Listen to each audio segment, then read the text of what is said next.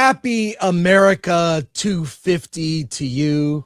It's our Independence Day special here on 4th of July Eve. So remember, leave your milk and cookies out for Uncle Sam. He's coming tomorrow, delivering fireworks to all the good boys and girls.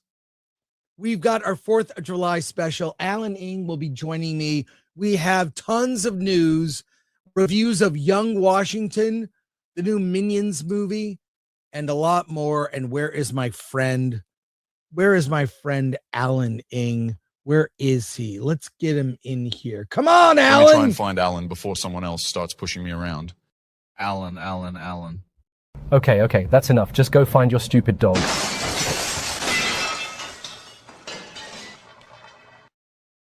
What was that about? Why? I can't explain that exchange. What happened? Yeah. Can you believe that we lived through the 200th anniversary of America and now we've made it to the 250th? This is weird. I loved 1776, Yeah. 1976. I was alive then. It was everywhere. Yeah.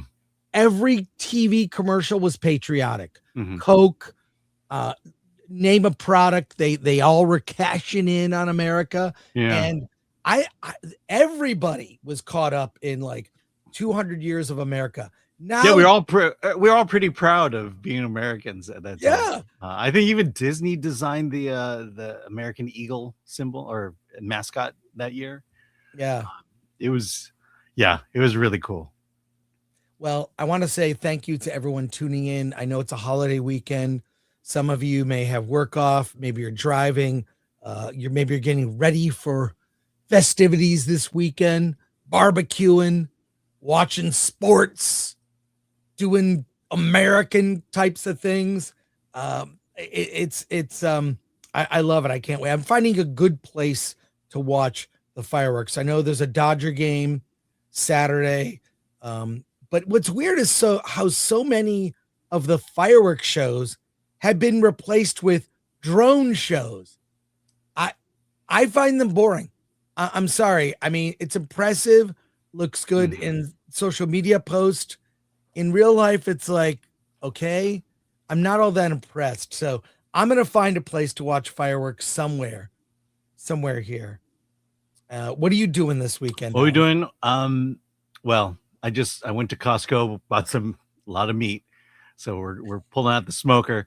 And the high school that my daughter went to, it sits on top of a hill that overlooks all of Orange County. So that's where we're going to be when the fireworks start. Oh, that's great. I got to find a place. I'll either be at Dodger Stadium, the Hollywood Bowl, or somewhere the Rose Bowl. I'm trying to find the right where we're going to go. So I'm still making plans. But hey, let's say hi to the people before we start the show. All right, Goober, Starbucks, fuck yeah. Disney World, fuck yeah. Porno, fuck yeah. Valium, fuck yeah. Reeboks, fuck yeah. Fake tits, fuck yeah. Sushi, fuck yeah. Taco Bell, fuck yeah. Rodeos, fuck yeah. America. Team America is a great movie to watch this weekend. Oh my God. My wife got triggered because we saw the original cut at the theater. And wow. It was pretty awful. Uncle Jimmy Jam, happy 250th to America. Best mofo country. That's right. Hell yeah. Tom McGlory, Happy America is the GOAT Eve. Hell yeah. Yeah. Troy Knoll, member for 12 months. 1 year member. Happy America B-Day. Thank you, Troy. We appreciate the support. Become a member. Check out our members only videos and exclusives. Thank you. Uncle Jimmy Jam, a woman said to me yesterday, they have no AC in UK. I said, it's a good thing we won. She looked at me confused. Good thing we won. Yeah. Well, I mean, your house is probably built during the American Revolution. Lord Thought, like, share, subscribe, hit that bell for notifications, sign up as a member, join us on X, Discord, or Rumble, and Instagram. Buy our merch, shop.filmthread.com. And happy Independence Day. Yes, go to shop.filmthread.com. We have special Happy 250th America shirts. We've got summer style, Jaws inspired, and other shirts for summer. We've also got Doomsday duds, Avengers, themed shirts. That's Spider-Man there. And then we have Trader Threat totes. If you don't know about the cult of this Trader Joe's bag thing, you don't. It's all over Instagram. Whatever, these bags are really popular, so we're cashing in. So check out those things. Shop.filmthreat.com. Look at that. That's a patriotic bag right there. And look at one of our interns is modeling that bag. I love it. It's awesome. Yeah, and also the one thing it cures nudity on contact. That's right. That's why Tim Chismar has not bought a single shirt. Yeah, he's not a big supporter. So we've got so much to get to today. And I have a special treat. And I need to share this with you. You're lucky. If you're tuning in early, you're lucky because you're going to get to see one of the greatest videos you will ever see this weekend celebrating America. This is the movie we never got, but we all need. And I'm going to share it with you now. I may put this up full screen. Some may say this is AI, but this is truly the American film we all need to see. This is a trailer for a movie posted by Roy Price, by a guy named PJ Ace. I'm going to share this with you, Alan. You are not going to believe what you're about to see. It's the most American movie ever. Set aside any of your qualms and just drink it all in. Here we go. Let's celebrate America 250. The British are coming! The British are coming!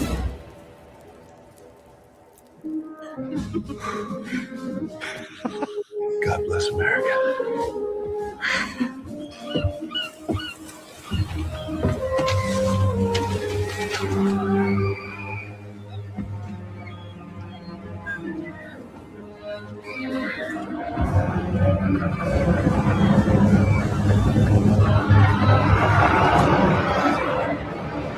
It's the British! The British are coming! The British are coming!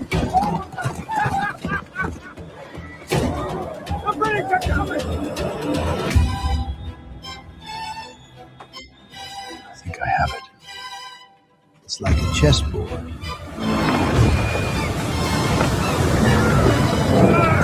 They're synchronizing their efforts. Then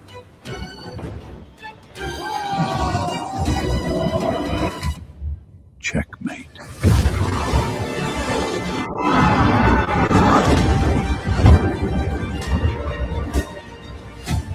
Load those f***ing badgers, you bastards! Sir, that one's biting the ram hand, hissing in the cannon. That's just proper British fighting spirit, soldier. Is that a f***ing badger? Brace for badger! Oh God, it's got fish breath!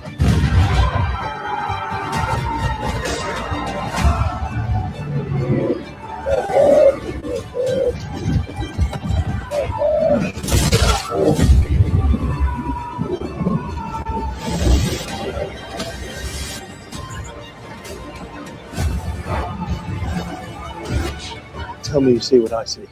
Aye, and I think they like us.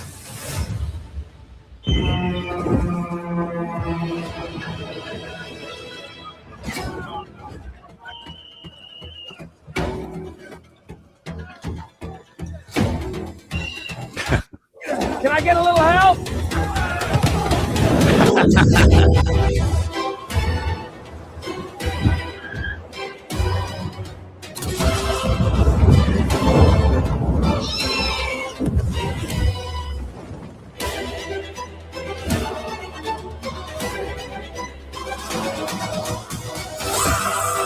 Fish and chips! Welcome to America. I've got a tea bag for you. 50 years ago, British landed on our shore.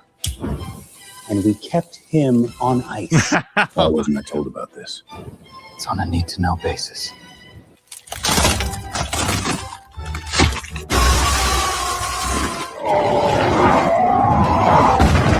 I figure it's time for a cuppa!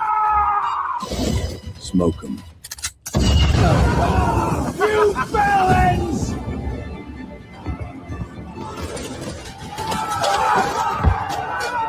What are we gonna do? We're gonna shoot from behind the motherfucking trees. Get to the trees!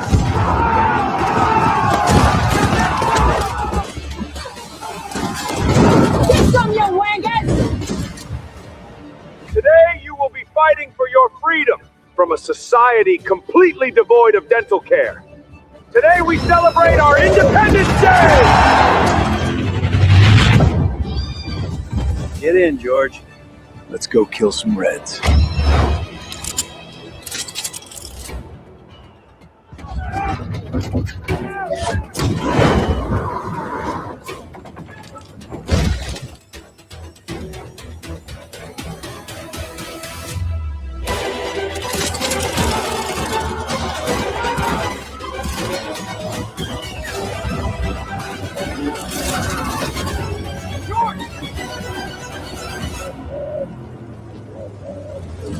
Lock and load, Benjamin.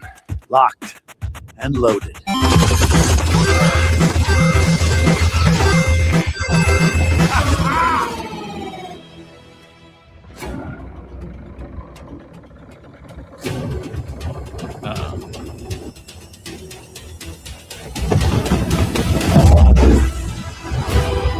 We need to hit that cannon! Doesn't anyone have any bullets left? Bomber on the horizon! That's not a bomber. You British assholes! No!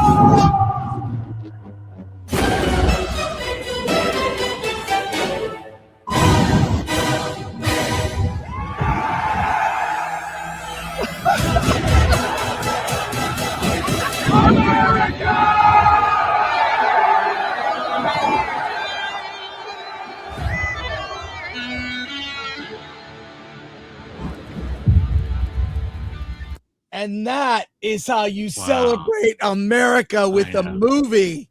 Finally, someone got the history right. Yeah. I mean, they took liberties with a few things there. Yeah. But, Yeah, I mean, I don't think the Eagles were that big back then. I think they're like maybe a third smaller. And no, but yeah, the weaponry, it all seems fairly accurate. The fish and chips and dental care, certainly true. Let's see, Randy Quaid. He's gonna die in every Independence Day for sure. No, by the way, there's a video of our interview with Armie Hammer that's going around, and he retweeted it. And of course, we don't get any credit or acknowledgement. It's all good. It's all good. It's all good. But I wanted to share that with you because I watched that. I would actually see a whole movie of that. I would. Some sort of, just like action movie, Marvel kind of Avengers Endgame about the Revolutionary War. Why not? If America can invent all the things we've invented, we didn't need so many things that currently exist in America. Do we need like deep fried Twinkies? No, but we have them, and we have so many other things, and that's what makes America great. Innovation, hard work, business savvy, and America rewards hard work. Yeah. I also appreciate the fact that this movie acknowledges that 250 years ago, women had cleavage even then. Yes, even then. I love that, a sexy Betsy Ross fighting with a gun.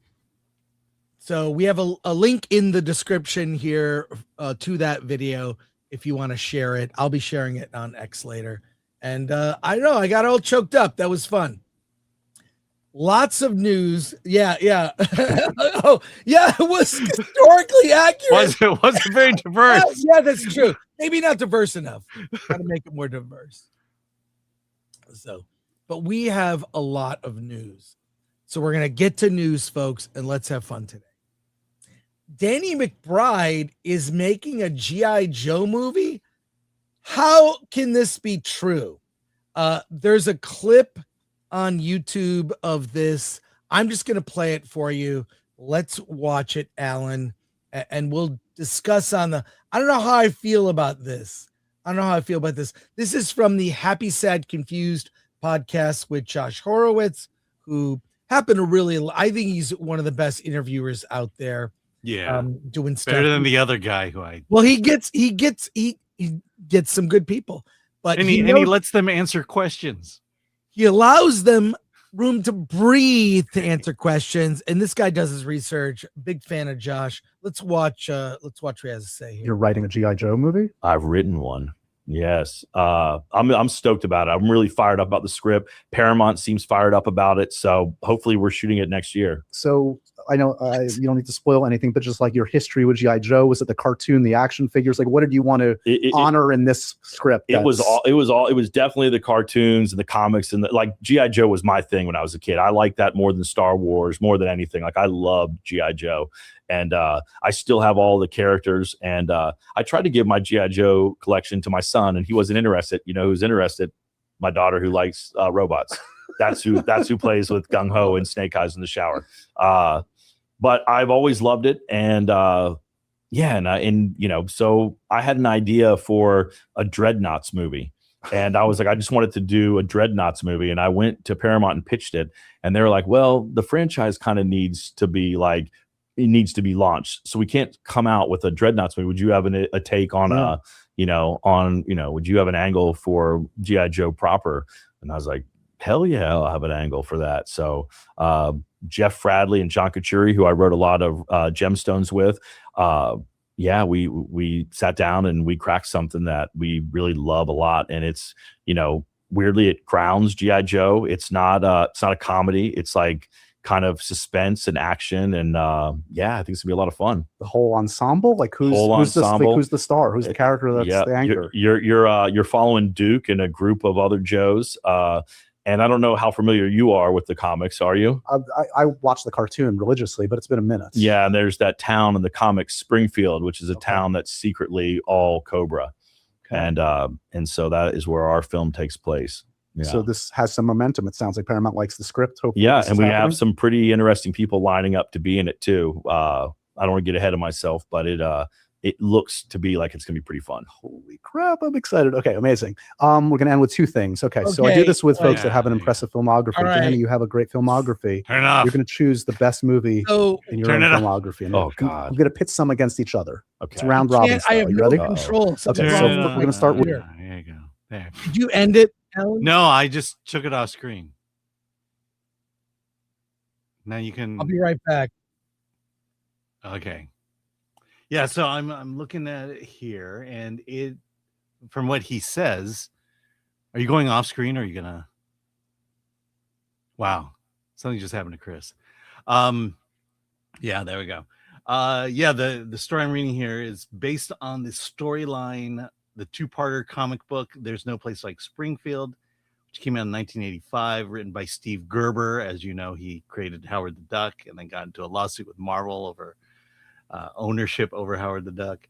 And then apparently the movie is going to be based on that. So let's do this. Let's go through some chats while we're at it. Chris is not back yet. Here we go. Let's see. Tony Elias, America 2, America Harder. Oh, actually, this is you sent me an email, and Nathan, and we found it. So here we go. Hey all, Chris and Aller interviewed me a few weeks ago about my movie Winter Hymns. We are adding lots of shows now, one in LA on the 12th, the Lemley and Alan, OC. Yeah, apologies, Alan. Yeah, no problem. Just Winter Hymns, we talked to Nathan about it. It's that story, incredible story about basically hospice care. And I think it's playing in Orange County at the Frida on the 9th. I will most likely be at that screening on the 9th. That's great. So there you go. And in Austin on the 25th. Okay, right. Thanks for going to comments. And thank you, Nathan. I asked Nathan to post that so we could go there. So, all right, we will get to your other comments. But like, Alan, what do you think of Danny McBride making this movie. Yeah, I mean, I hear a lot of good things about the Righteous Gemstones. It seems like he's kind of getting his act together in terms of as a filmmaker, and the fact that it's based on an actual comic book series, right, or comic book story, says that maybe he's, at least for now, he's the right foundation pieces are there. Yeah, if you look at Danny McBride's work, I mean, he's pretty based. He is committed. I'm not going to say everything Danny's done has landed. Okay. Not going to say everything's landed, but he is committed to entertaining and going the extra mile. Yeah. It sounds like he wants to make money in this business. Yeah. That's a crazy thought. I know. Crazy thought. But I mean, look, I think now's the time. I think patriotism is back. And when's a good time to relaunch a G.I. Joe movie? When people are feeling patriotic. He says in the clip, they're going to start shooting next year. That's kind of crazy. Yeah. That's crazy quick. Yeah, it'll be out in time for the next presidential election. Ooh. We're going to get to your comments, but we have a lot of news stories, so please be patient with us. My apologies about the technical glitch. What happened was nothing I clicked on worked. It's like it stopped working. It's need weird. More memory. We need more RAM. We need something was messed up. Something was messed up. But I got more stories for you. Dwayne Johnson is facing backlash for guess what, Alan? Being The Rock, maybe, or his wrestling career? Ignoring politics. Oh no! Dwayne Johnson slammed as a coward for staying quiet on politics. Star Trek icon George Takei fires back. Silence is complicity. This is a story from Variety. Let's see. Dwayne Johnson is facing backlash for staying quiet on politics, with Star Trek icon George Takei telling him silence is complicity. And Stand By Me actor, also Star Trek actor, Will Wheaton adding, so disappointing to find out he is such a coward. Johnson told Fox News in 2024 that he regretted endorsing Joe Biden for president in 2020 because it caused division amongst his fans, adding at the time, my goal is to bring this country together. I believe in that. There will be no endorsement. At this level of influence, I will keep my politics to myself. It is between me and the ballot box, as it should be. The blockbuster actor expanded on his newfound aversion to political talk by telling Esquire this month, what I've learned through experience is that I need to keep quiet, need, not want, the main thing. And the main thing for me, this is a complicated quote. The main thing for me, the thing that in the morning I swing my legs out of my bed and run towards is creating. It's art. It's storytelling. I've learned I'm going to keep my politics to myself. There are moments when, hey, there's nothing we can't talk about. If I'm wrong, I'll tell you I'm wrong. Or if I feel like I got a leg up and this is the right way to go, I'll share it with you. Politics is omnipresent and it's forever. I don't like it. I hate it at times. I hate the slinging. I hate all the bullshit that comes with it. What do you think of The Rock? Is this a good move? For The Rock, yeah. For his fans, yeah. I mean, I had a good thought in my head. Well, I'll just tell you, yeah. Will Wheaton, why are you bullying The Rock? I mean, for something he didn't do. Yeah, The Rock is exercising his First Amendment right to not have an opinion, or he can do whatever he wants. Why are you bullying him? And I'll point out George Takei and Will Wheaton, not really working actors currently at the moment. I know Will Wheaton was doing some Star Trek After talk show on Paramount Plus, or was it on YouTube? But there's no more Star Trek content, so there's nothing. So I I don't like this idea of bullying. And trust me, if he had the wrong opinion, they'd bully him harder. So I really am just sort of annoyed by all of this. What do you think? I remember my point now. See, it's the interesting thing. There's this progression that's going on because they will cancel you for the things you say. If you are ironically not in goose step with the woke perspective, progressives, they call you a Nazi. And so now, the stage one is when you say something that they disagree with, they cancel you. And now this whole silence is complicity thing. Now the next step is now you better start talking about our political viewpoints. You know, you better start talking about our issues. Because if you don't, then we're going to cancel you now. I mean, that's the way authoritarianism works. You know, that's why, you know, the whole Schmeil-Schmittler thing came, because that was your way of basically endorsing the authoritarian in charge. And when you didn't do it, you know, that's your silence is complicity, and they go after you. And so again, we're moving on to stage 2 now.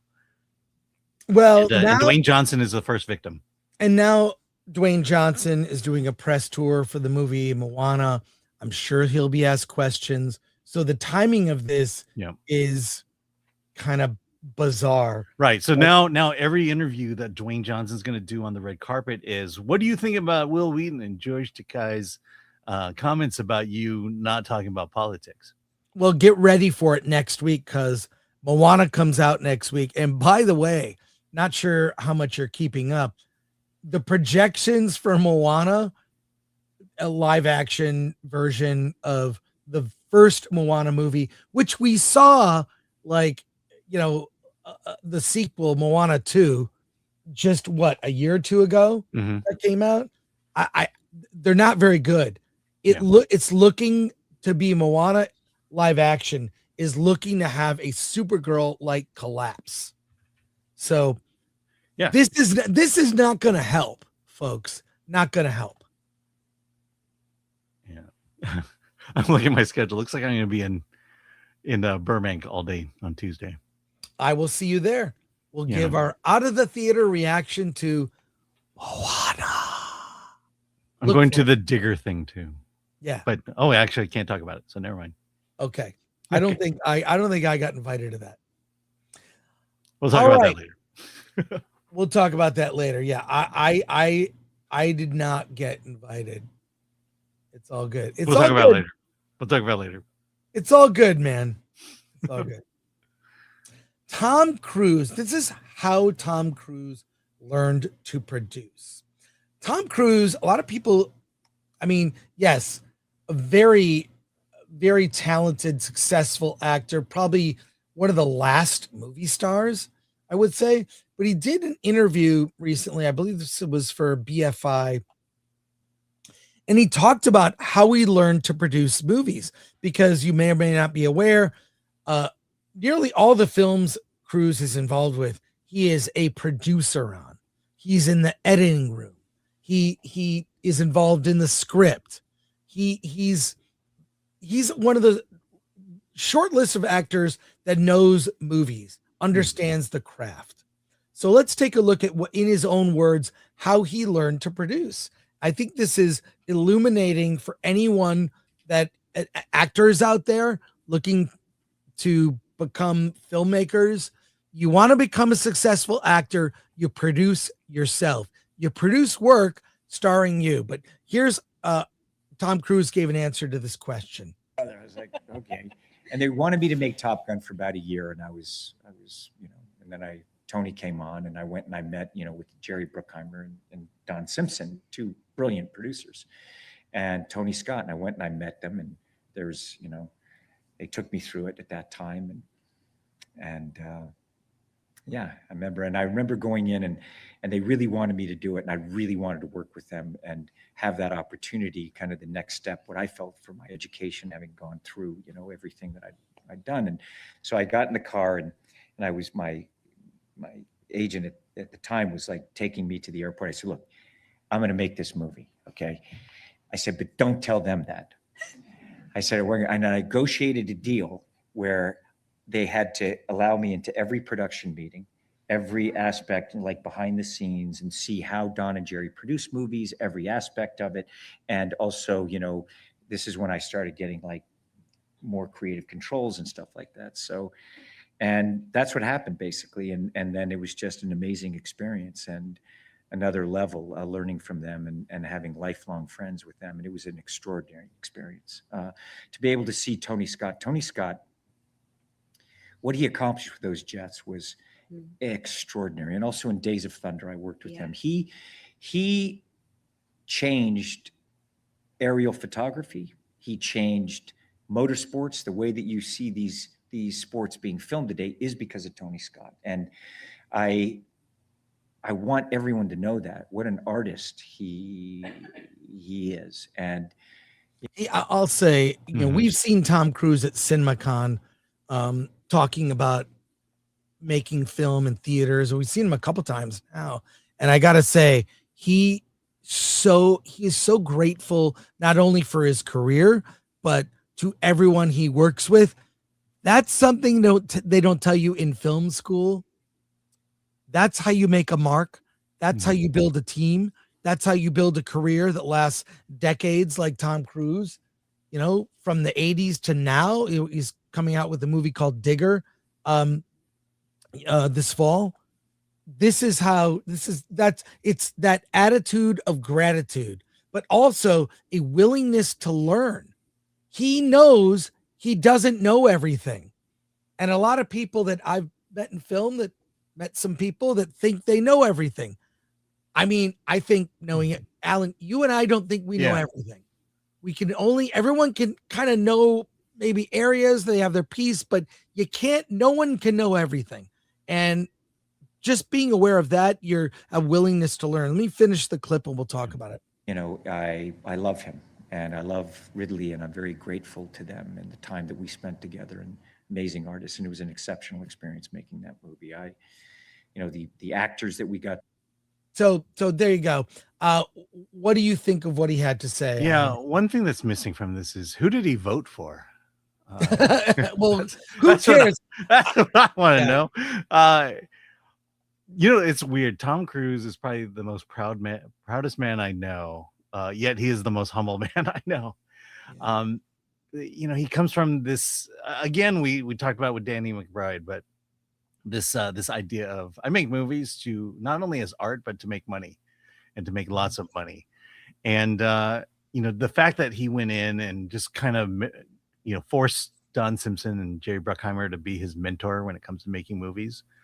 And you just see the fruits of that from his career. A guy who just, you know, what I don't see in filmmakers today is using the medium of film to tell a story. You know, not just to put a story out there, grab some cameras and capture it, but understanding, you know, how you use that camera, how you use sound, how you use lighting, how you use all of everything. Everyone on set plays an important role in telling that story. And he knows that, and he exploits that. And I just don't see that, even in these big Marvel movies. I just don't see that anymore. And Tom Cruise is not only probably the last movie star, but he's a dying breed of actual filmmaker. Yeah, an actor, filmmaker, producer, understands the craft. And like, I mean, James Cameron's are rare. He can do every job in the film set except acting. You know what I mean? Like, truly. I interviewed one of the founders, the guy who ran Carolco. It's on our Film Threat Interviews channel. Go check out that interview. He tells stories about Cameron, stories about working with Stallone, and just really great, fun interview all about the history of Carolco Pictures. He wrote a book. He was promoting a book called Karmic Winds, that he wrote this book in prison. That's a whole story, but check out the Film Threat Interviews channel. I've been a Tom Cruise fan from the beginning, from Risky Business. Is the first movie I remember him in. Yeah, I remember that movie. I also remember Rebecca de Mornay. So make of that what you will. But that was my introduction to Tom Cruise in the 80s. It was the right time. The fact that he is still making movies and is still probably the biggest star is awesome. So please heed his advice. Hey, The Odyssey is coming out. No kidding. It's coming out, Alan, whether you want it or not. You and I are going to see a screening on the 13th. No, you are going to see a screening on the 13th. Well, we'll see. We'll see. I am seeing one Thursday night at 2 a.m. in the morning. All right. Well, in any case, we're seeing The Odyssey. We'll talk about it the week it opens. But Christopher Nolan, in a quote here, we should discuss this. He talks about politics in movies. Here's a black and white photo of him. Makes a lot of sense. And I can read this quote. And let me just go through it here. Christopher Nolan doesn't want to make films about his political interests. Interesting. I've had conversations with friends of mine, and they all ask why I don't make a film about the things I care about politically. And I always say, well, because it doesn't work. You can't use narrative to tell people what to think. It never works. People just react against it. You have to be purer about it. You have to be truer to the principles of narrative and telling a story. And that means risking misinterpretation. It doesn't mean you don't care about something or that it doesn't mean anything to you, but you have to be neutral or objective in your approach. You can't tell people what to think. You can only invite them to feel something. I always think of the great moment in Gladiator where he chops off his head and then turns to the audience and asks them, are you not entertained? Whatever it is, you've got to entertain. What do you think of what Nolan had to say? And this makes a lot, but look, if you watch his movies, they're not filled with a lot of lectury politics. There are certainly political ideas that are explored, that are presented, but at no time in a Nolan movie did I ever feel being preached to in an overt way. Alan, what do you think? Yeah, I mean, why would you? It's all virtue signaling. If you go and if you make a movie that has a political statement, it's virtue signaling. It's, you know, the people on one side is going to love it while the people on the other side are going to hate it, and vice versa. And that's what I brought up in my review of Citizen Vigilante. You know, it's that movie. We could discuss the quality of the movie, but that movie is basically a counterpoint to one battle after another. You know, it definitely took a side. And when you take a side, you only get half the audience. People constantly quote Michael Jordan on this subject. You know, when it came to Nike, Republicans wear sneakers too. You know, it's just not a smart move, and Nolan knows it, and Nolan is right. Don't alienate half the audience. Well, we haven't seen The Odyssey yet, but we're gonna see how that one turns out. I think, you know, based on who doesn't love diversity? Come on, everybody loves diversity. Based on how that recent trailer was ratioed, I don't think this movie will bomb. I think this movie will go on to win awards. I think the box office is going to be hurt. That is when you look at truly organic, what people think. This is why things like Call She, and this is not a plug. There's no ad read here. No ad read, but Call She is replacing political polling because it's more accurate. It has turned out to be more accurate as a prediction of what people think. Mm-hmm.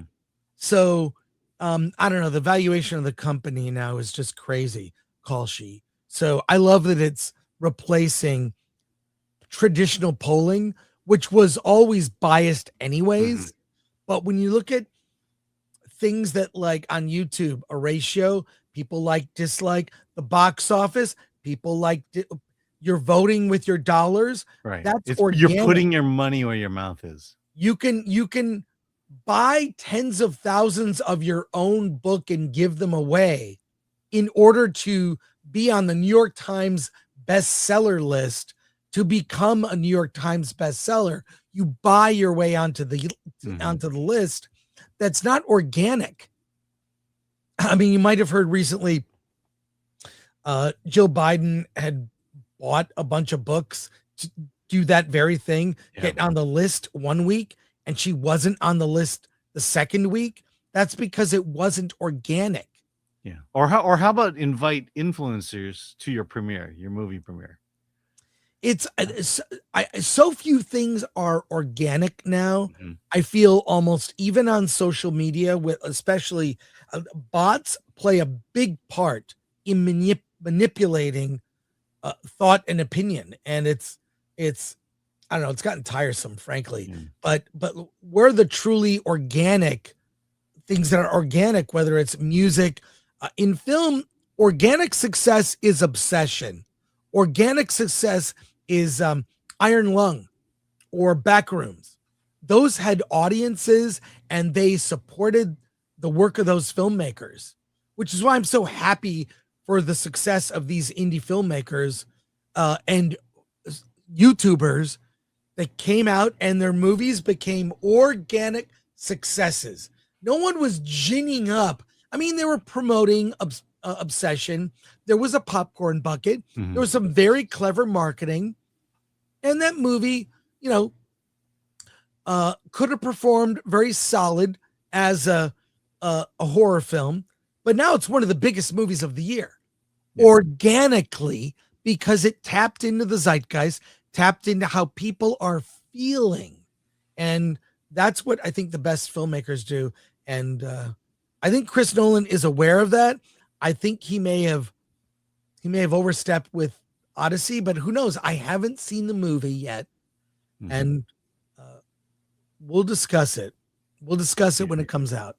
Yeah, I think after Oppenheimer, he just got burnt out on accuracy.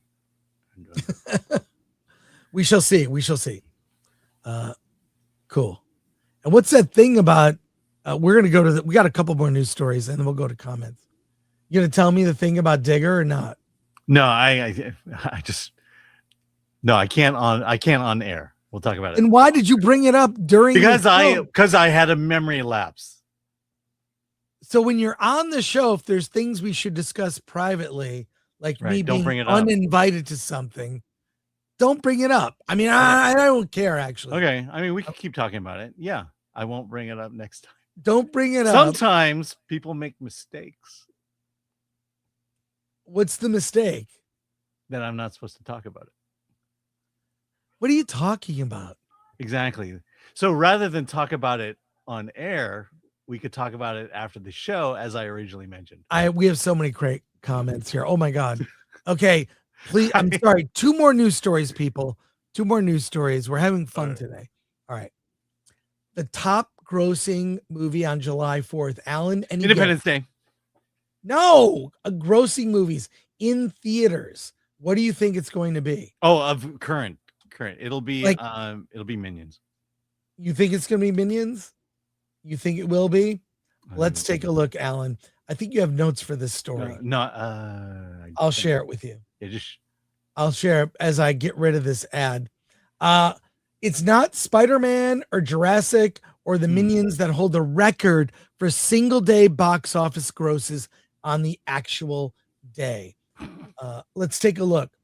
On 4th of July, the number 1 movie is It's Transformer. Okay. Well, we can all it's Transformers. Number 2, Jurassic World Rebirth. I think it's going to be Minions, actually, this weekend. Yeah. Number 3, Spider-Man Far From Home. Number 4, Despicable Me, a Minions-related movie. Number 5, Amazing Spider-Man. Number 6, Spider-Man 2. Spider-Man really owns. Wow. Makes you think that maybe Sony should have put a certain movie out this weekend. I think they were stupid to hold it till end of July. Yeah. Number 7, Despicable Me 4. Number 8, Hancock. Number 9, Transformers Dark of the Moon. Number 10, Men in Black 2. Really? And oh my God, number 11, Minions: The Rise of Gru. So they've the Minions movies have really, that 4th of July weekend, they really kind of own it. Look at these past 4th of July weekends.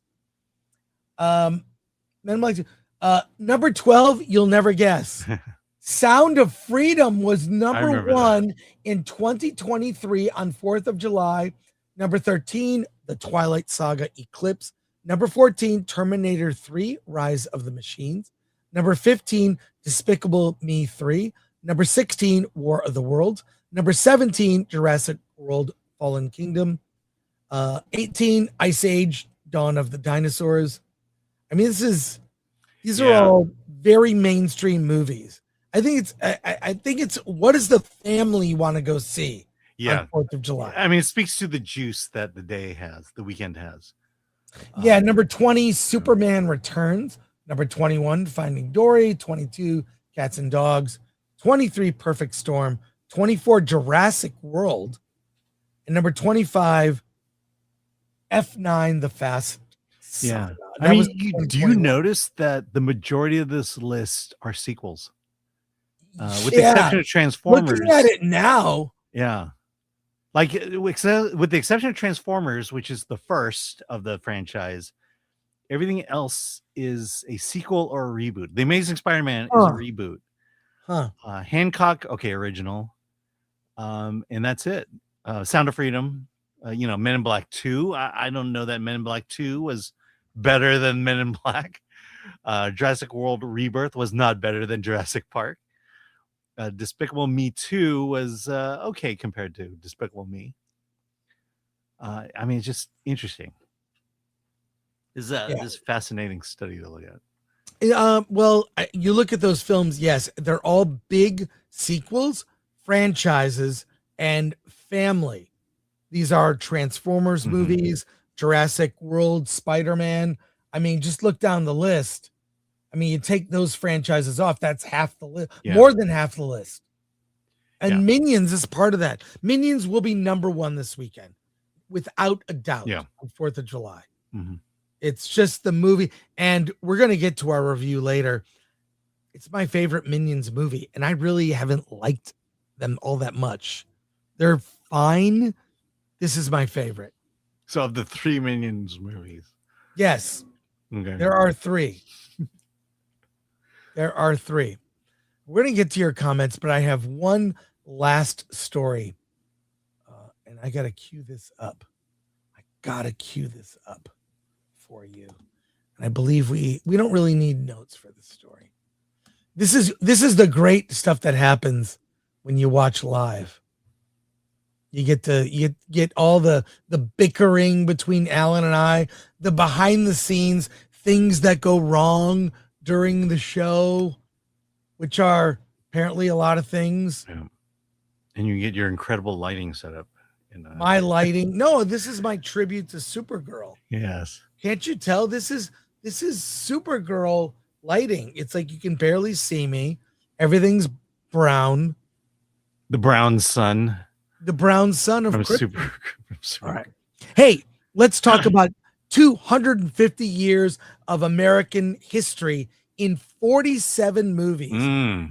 David Poland, who I follow on social media, we may or may not agree with everything politically, but he's a straight shooter when it comes to box office and business. And he wrote a piece here on his Substack. I love the graphic here. Yeah. Let's just say I would trust this list more than the Rotten Tomatoes list. Yes, for sure. But I love the graphic, and it's 47 movies in tribute to, who do you think, Alan? America. No, in tribute to Trump. He's the 47th. Oh. But here is his list. It's 47 movies where you can experience American history. And I recommend subscribe to his Substack called The Hot Button, or just look up David Poland on X. Let's go through his list. He talks about his methodology and whatnot. Knowing And- him, I think that 47 is more of a coincidence than intention. Yeah, could be. But let's just go through the movies and see what stands out. We've got The New World from 2005, directed by Terrence Malick. There we go. 1776. Yes, this should be number 1, by the way. Yeah. But I love this movie. I don't think these are in any. He didn't really put them in a particular order. Oh, maybe he's putting it in chronological order. Well, I don't know about that. So no, this is Columbus. The next one is the signing of the Declaration of Independence. Yeah, 1776. So maybe he's moving through actual history. Hamilton is next. Hamilton. All right. Well, it's not really a movie. It's a filmed play on Disney Plus, but that's fine. It's the Broadway play shot on film, which is, in my opinion, very overrated. It's a Schoolhouse Rock as a stage play. I think it's just the fact that because everyone loves it so much, if there wasn't so much hype behind it, we'd probably enjoy it more. I remember seeing it and thinking, well, that was just Schoolhouse Rock with everyone race swapped. So everyone's a rapper? I don't know. I was like, it was fine. And I love Schoolhouse Rock. I love Schoolhouse Rock. I grew up with it. It's a compliment. Birth of a Nation. All right. Right. By D.W. Griffith. Yeah. So he's going in chronological order. Kind of. 12 Years a Slave. All right. There's a choice. I love this movie. Dances with Wolves. I don't know. The soundtrack is incredible. Amazing score. Kevin Costner. Oscar. I remember seeing that in the theater and being blown away and just loving it. Effectively, if you watch this, it's Avatar. It's Avatar. It is. Yeah. Avatar took from Dances with Wolves and Dune and a lot of things. But I love this. I may watch this weekend. Lincoln. All right.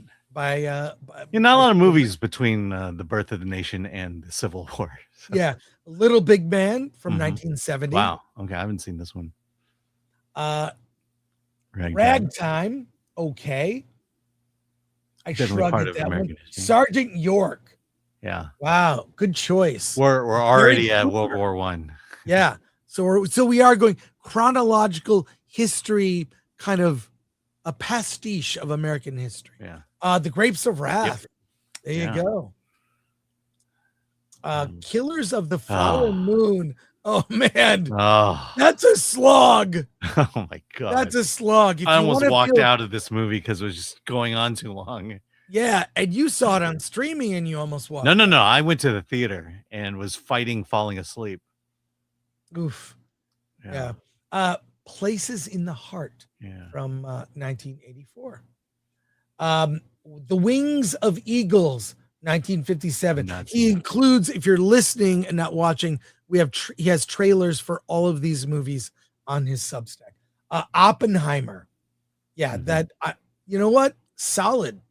I don't know that I disagree with anything on the list so far. I like some movies more than others, clearly. Right. Well, I don't think he's saying these are the best movies, but these are movies that represent American history. Yeah. God, it's a solid list. Normally when we do lists, we hate everything.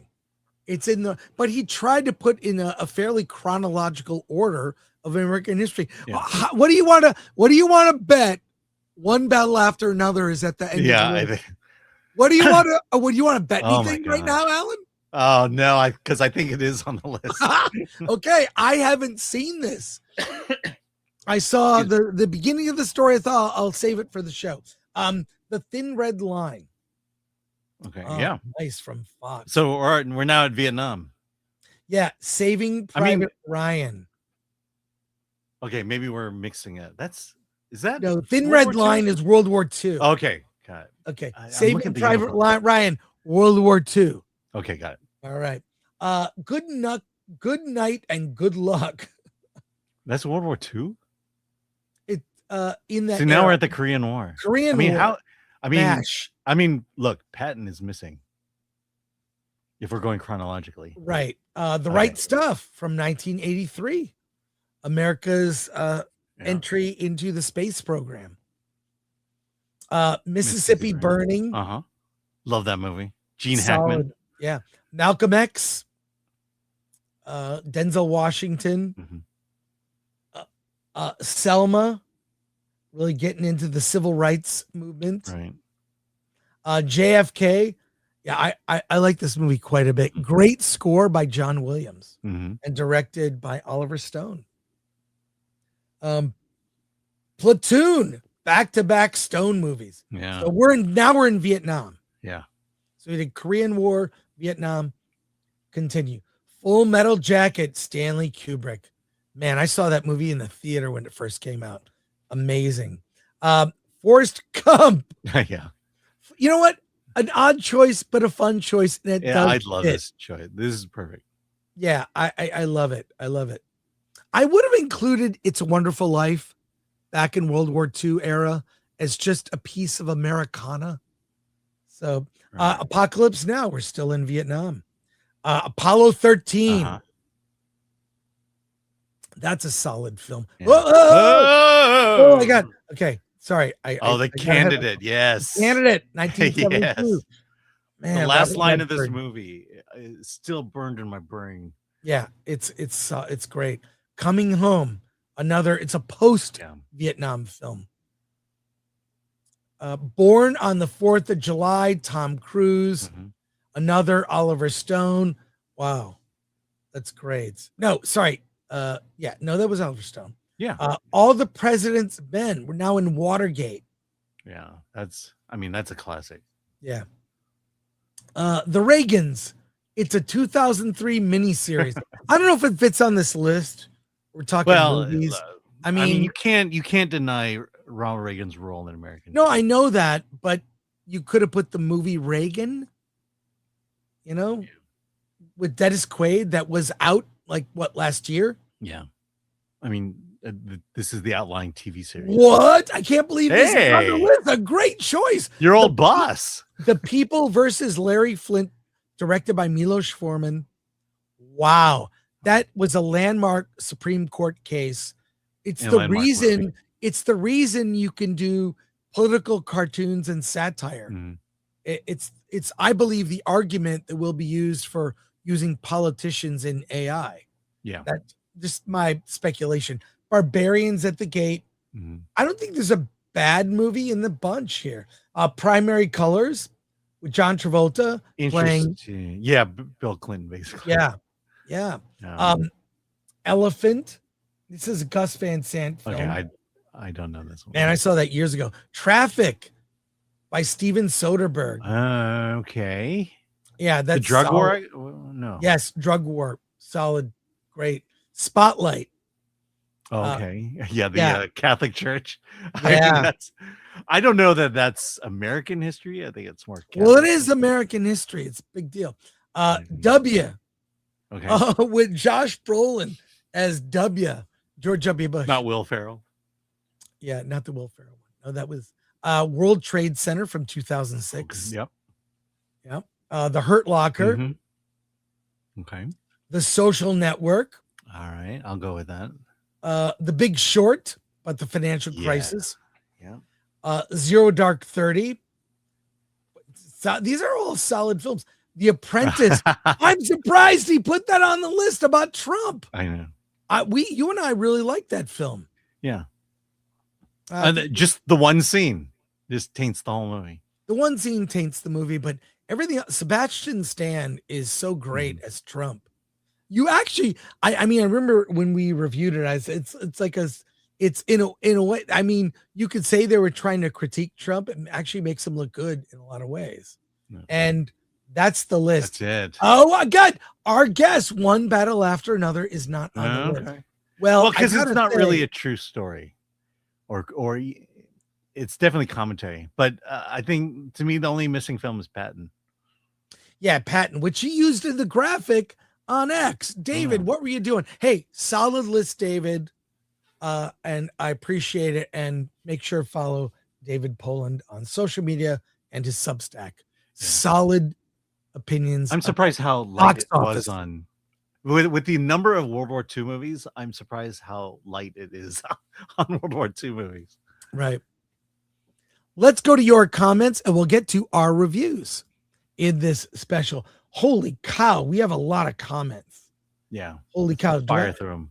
Okay, let's fire through the non-soups from the bottom, Lori. If you would only do non-soups, because I'm going to get coffee. Oh, okay. And because I want to hear the soups. And I'll be right back.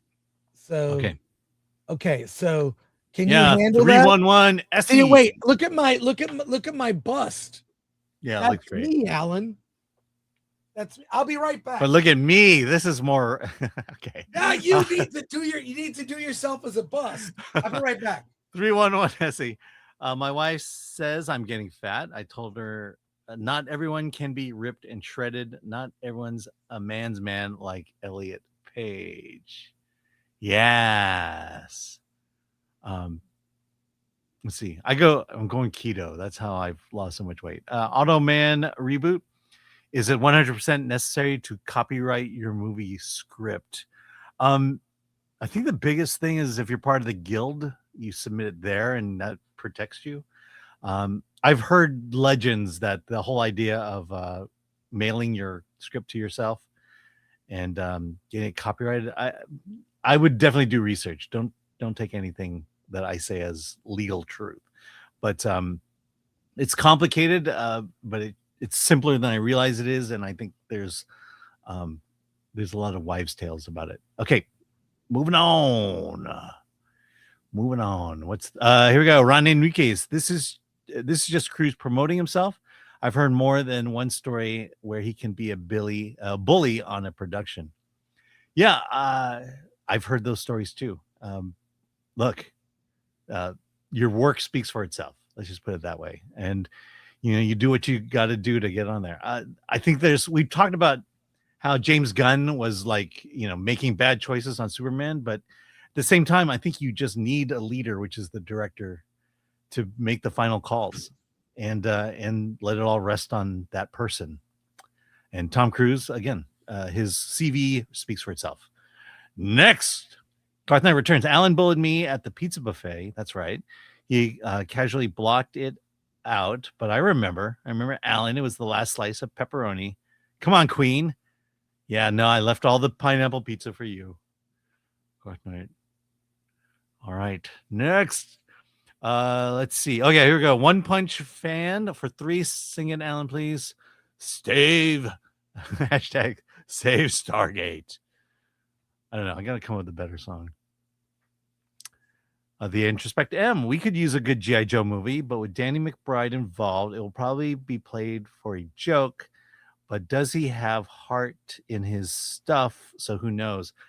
I don't know. I think tonally speaking, G.I. Joe needs to be kind of on the lighter side, unless you're actually making a war movie, which G.I. Joe has kind of morphed away from, especially with the TV series and the characters and the whole thing. Okay, next. Let's see. One Punch fan for 3. Alan's car fund. Yeah. I'm waiting for the settlement. It's coming in soon. All right. One Punch fan again for 3. Back then, every American speak with some kind of British accents. Yeah. I mean, yeah, we'll wait till we review Young Washington. All right. Moving on. I'm back, Alan. Is that it? Okay. We can go to soups, I guess. No. I just, yeah. No, we're going to have to go to soups. Wait. I'm sitting there. Let me turn my camera on. Hey, I heard the comments about G.I. Joe. I am an old school G.I. Joe fan. When they were like 12 inches. Yeah. I've had those. They had giant Jeeps and tanks. We used to kill Barbies. Right, but G.I. My Joe sister had Barbies. I had G.I. Joe. I had the capsule, the space capsule. My other friend, no kid could have all the G.I. Joe stuff. It was expensive. Yeah, but my point is back in when we were kids, G.I. Joe was a military figure. Yes, but when you get to the animated series, it becomes a little more than that. It's not a serious war cartoon for kids. The original G.I. Joes, the big ones, they had real hair on their face and head. Like they were like World War II. It was, and the accessories were the real. accessories were like so detailed, and I don't know, there were like a bunch of kids on the block. All the guys, the boys would get together. Someone would have the Jeep.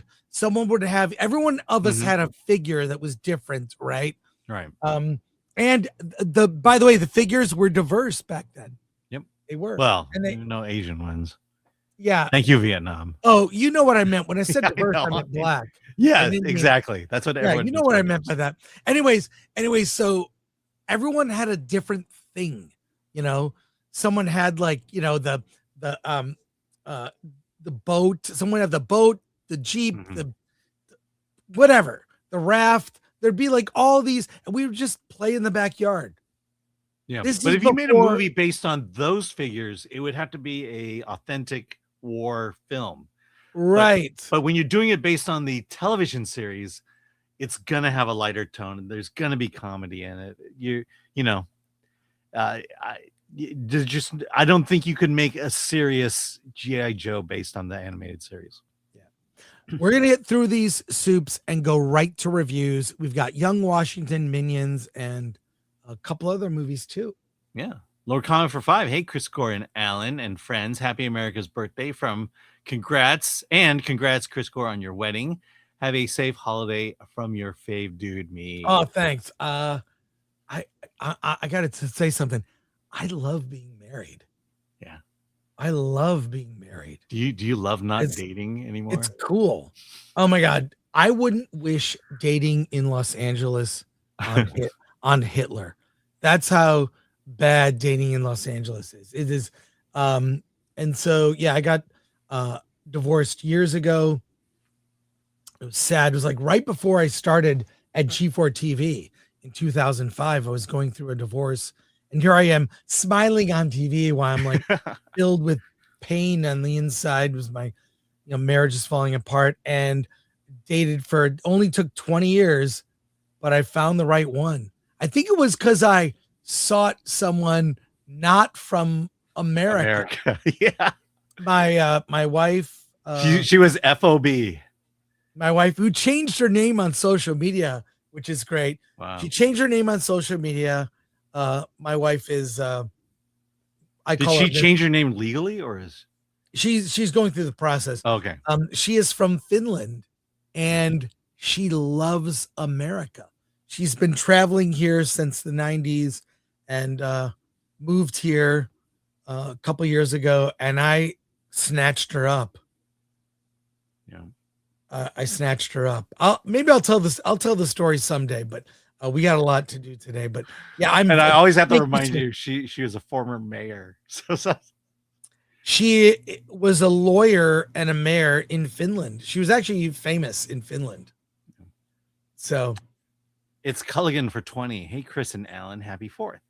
Always miss you guys live. Just want to say I just watched Ren and Stipping Dog here on YouTube, and Chris Gore was in it. Yes. That Chris K guy. John K. Really messed up. Love the show, you guys. Got me into movies again. Oh, thanks. Yeah. It's Culligan. That's very generous. And yeah, I turn up in a lot of documentaries. I made a list once just so I could keep track. Mm-hmm. I'm in like the People versus George Lucas, the Fantastic Four, Doomed documentary, the Ren and Stimpy one. Anytime you need some pop culture pundit, they call me and interview me. There's a doc that's not out that I did an interview for years ago about novelizations. God, did that interview like 7 years ago. I really hope it comes out. And then there's the Slam Dance doc. I forget the name of it. What is it? The TV show that the MTV like TV show that was about pop culture, and you're a producer on it. You mean Attack of the Doc? No, the one we saw at Slam Dance. This is Buzz. Yes, that's it. That's and that's coming out later this year. Yeah. So there you go. Thanks, Culligan. Appreciate it. I know Attack of the Dog. Come on. Just look me up on IMDb. I pop up here and there. You're Barmy for 2. Randy Quaid saved America. Hell yeah. By the way, guess what movie I caught my wife watching this morning? Mr. President. Lady Fossilot for 2. Please send this to Nerdrotic for F&T today. He hates AI whenever I send him stuff. He hates it. Lady, I will send it. Aaron Charman for since you asked, I'm sending it. For 1999 British pounds. Boo. Happy 250th America. Nah, screw that. Congrats on the wedding, Chris. Oh, thank you. You still feeling like a loser, huh? What are you talking about? Thank you. That's so generous. I appreciate it. 311 SE for 499. There cannot be good living where there's not good thinking. Benjamin Franklin. Cheers, Chris and Alan. That's a good quote. Good drinking. It is. Drinking. It is. Sorry, I'm sending this to Alan or to Gary. Because, yeah. Okay. Andrew Cram gifted 20 Film Threat memberships. Happy 4th of July, everybody. Or hell yeah. Hell yes. Thank you, Andrew. That's great. Film Threat, One Punch Fan for 3. Nick Gore's Diaper Fund. Well, I don't need diapers. We're not having kids. Both. Well, I'll take it then. My wife and I have adult children. So we're done with kids. We have adult children who are contributing members of society, meaning they make money and pay taxes. They don't accept public assistance because they don't need it, because they're adults, because I raised them right. Sorry. Lee Kindler for $4.99. I'm annoyed with today's youth. So I guess that makes me old. Lee Kindler for $4.99. Nobody's pet causes have been helped by being a douche to audiences. Figure it out, Hollywood. Wait, I'm sending a note to Gary. All right. But wasn't who okay. I'm mixing interviews up. So I sent the thing that by request, I sent that to Gary. I said, if you don't show this on FNT, you are gay. Let's see if he checks my message. Okay. Thank you. 264. In the words of Picard, shut up, Wesley. Shut up, Wesley. Shut up. Yeah. Well, he wasn't on Picard season 3. Yeah. Shut up, Wesley. Boomer Bastide, man for 12 months. Truth, Justice, and the American Way. Happy 250th. Oh, that was a big. Happy back at you. Happy. That was a big misstep in the Superman movie. The Immortal Remus for $4.99. You guys know what? It doesn't matter what The Rock thinks.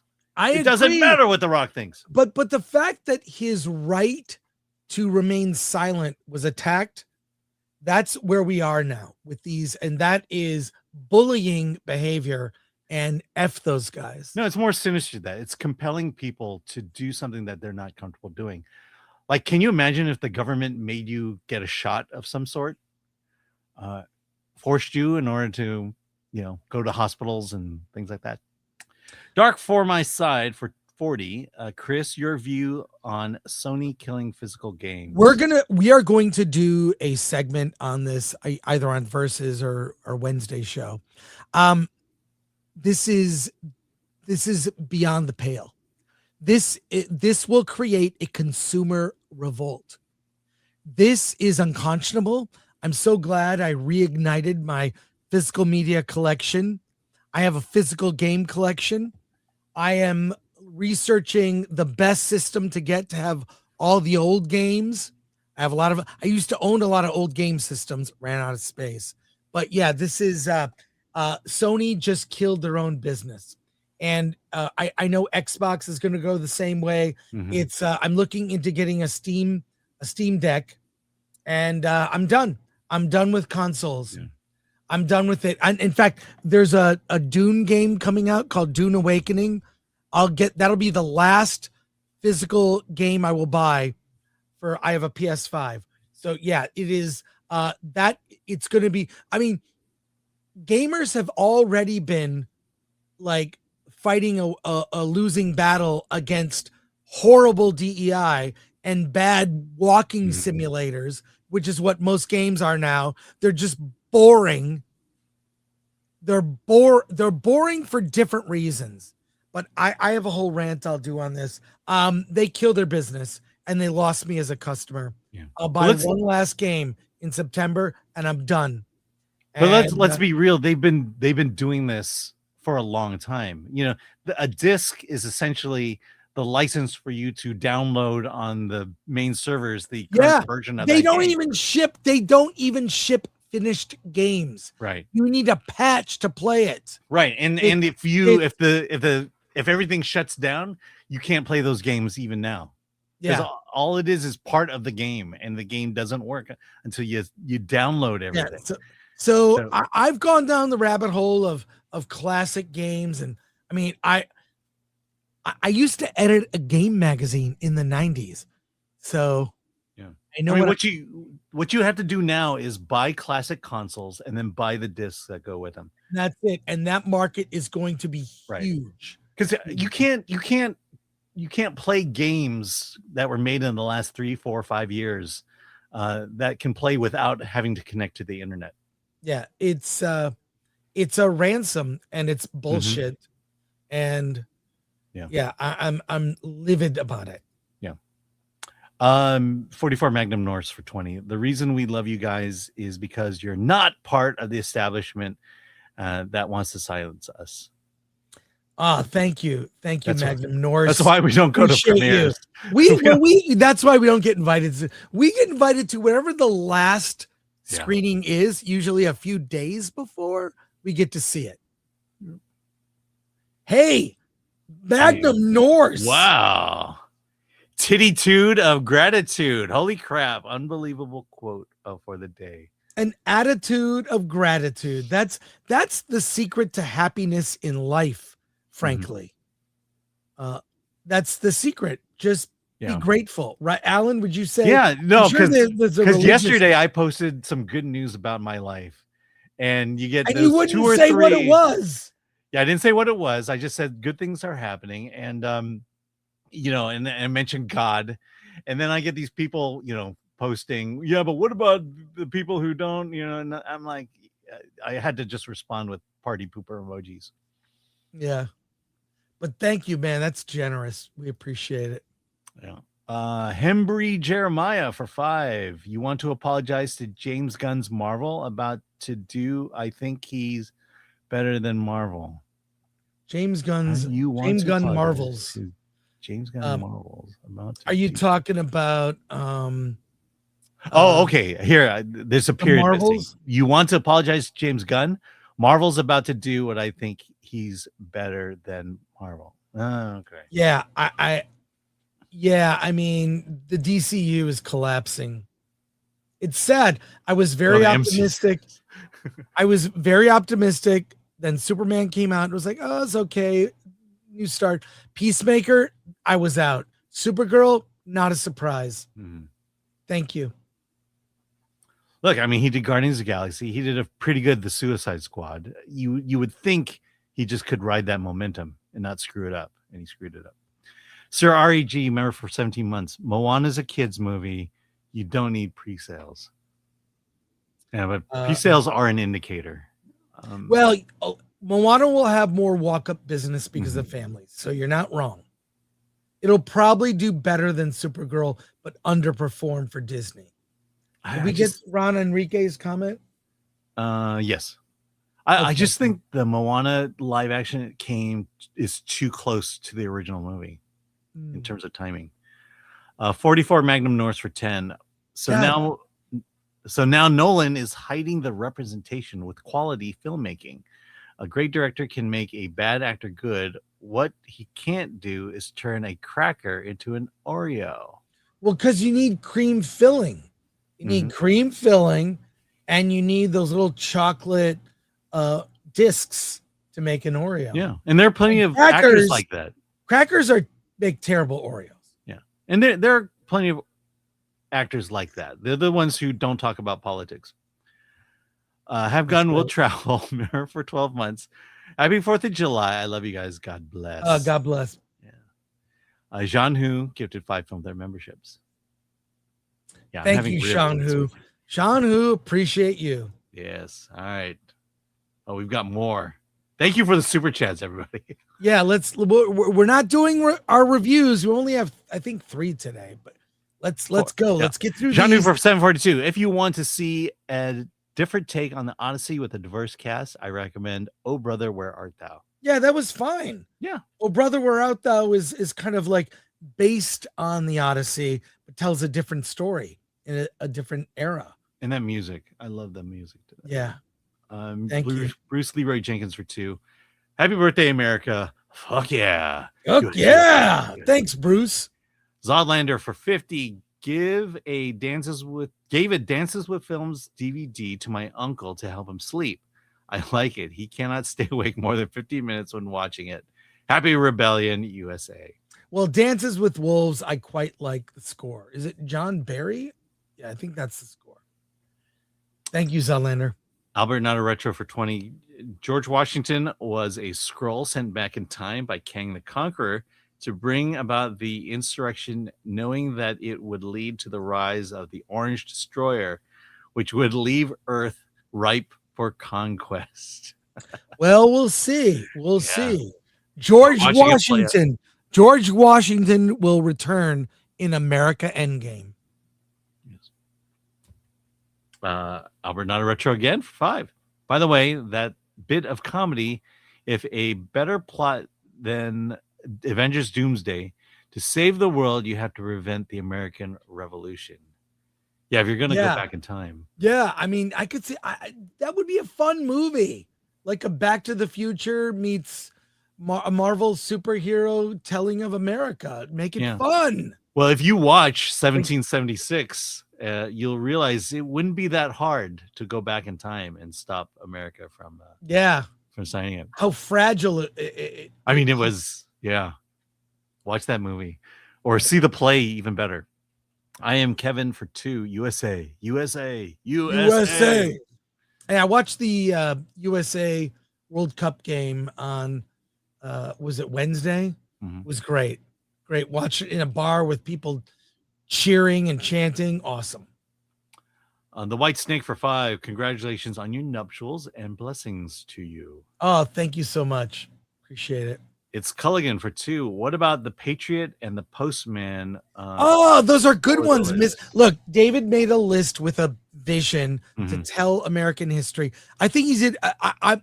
It's one of the few lists we've ever read that I agree with, and he left one off, which was great. But those are excellent choices too. But it's weighted too heavy post World War II. That's right. But that's all right. Thank you. It's Culligan. Okay, Albert Not a Retro for 2. Happy 250th. Canada. Yes. Even Canada must acknowledge. One Punch Fan for 3. Are you sure she didn't marry you for your green card, Chris? Guess what? She already had a green card, so she didn't need one. But now she gets to keep it. Well, we'll see about that. All right. Jonas Blue, married for 2 months. Congrats, Chris. Happy birthday, America. Yeah, loving all these. Andrew Cram for 10. Happy 4th, Chris and Alan and everybody else. Oh, thank you so much. And Andrew Cram gifted 5 Film Threat memberships, and then Neanderthal 2020 gifted 20 Film Threat memberships. 10 film. 10. That's yes. 10. That's great. And Albert Retro. Yeah, if you really want to prank Nerdrotic, send him stuff that smells orange. He said he used an orange-scented cleaner in prison. Yeah, it reminds him of prison. Well, I sent him the video by request. Orange Harmon, member for 26 months. Chris, have you played the Dune game? I believe you have the game. No, I don't. Dune Awakening is the game. It's only been available on PC, Steam, all that. I will pre-order a disc version of it when it becomes available. It's coming out late September. By the way, I have the Starship Trooper game. Oh, that's cool. From Avalon Hill, if you guys remember that. Albert Not a Retro for 2. We're celebrating 159 on Wednesday. Canada is next year is the 160th of Canada. Oh, that's right. Wednesday was Canada Day. I like Canada's like the little brother you like to hang out with. I don't know about lately. Canada's been a little crazy. You mean the 51st country? Canada's going 51st state? Canada's going through something like a teenager. Yeah. But thank you and happy birthday to Canada. Yeah. And can't wait for Alberta to become part of Alaska. Film threat. One Punch Fan, $3. Happy 4th of July to my friend Aaron Charman. Thanks for birthing us, UK. Yes, thank you for that. For One Punch Fan for 3. Alan's titty-tude comment, tax, LOL. Alan, when Alan misspeaks, sometimes you get gold. I know. Sometimes you get gold. So what review, Alan? Let's go dealer's choice. What does Alan want to review first? And we'll do that. Just pick one. Yeah, hold on. Let me get the list because I do forget these things. Wow. Should we just jump into Young Washington? Let's do a quick one. Or Pitfall? Yeah. Yeah, let's do Pitfall. Pitfall is a new horror film that's in release. It's out limited release on VOD today. And let me just say this. If it's loosely based on the Pitfall game, which I played on the Atari 2600, it's very loosely based. Because it does involve someone falling into a pit and being skewered in the leg and then having to escape, trying to protect his friends in a movie that I can only describe as my least favorite genre of horror, and that's torture. It's torture porn. This is straight up like gory, like the sound effects are over the top. You meet a group of people that are going to camp in the woods. Of course, one gets separated, falls in a pit, and spends half the movie in the pit trying to protect his friends the best he can. I was so this movie, like, first of all, the filmmaking, okay, very well done. Indie film, yeah. Indie film. But I'll say for my money, I don't know that. And I don't even know. I tried to do research. I don't know if this is based on the game. It doesn't have any real connection, no reference that I saw. Were they collecting gold bars, silver bars, and diamond rings? They were not. Okay, then it's not based on someone did fall in a pit, and the movie's called Pitfall. Not based on the game at all.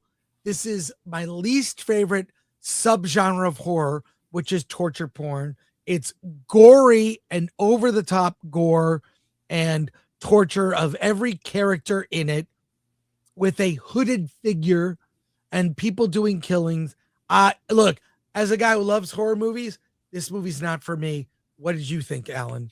Okay, so I started watching it yesterday, and you are right, torture porn, crazy. And so I stopped watching it after 20 minutes because it's just too much. And then also, look, if you're going to name your movie after a video game, I need to see the video game. I need to at least figure out why you are basing it off that video game. If I remember right, when I was at the arcade as a young lad playing Pitfall, what I was doing was I was grabbing vines and swinging across pits, swinging across crocodiles. And as I said, collecting gold bars, silver bars, diamond rings, money bags. And that was the game, and that's not in this movie. I stopped watching because couldn't handle the gore. And then I realized that you were watching it, and so I'll let you review it. But this is not my movie. Not well, it's as a fan of horror, I mean, it's very well made because I see movies at this budget level and this type. And the director, James Kondelik is his name. He's made other horror films like Chum, Help Me, and Lights Out. I remember Chum.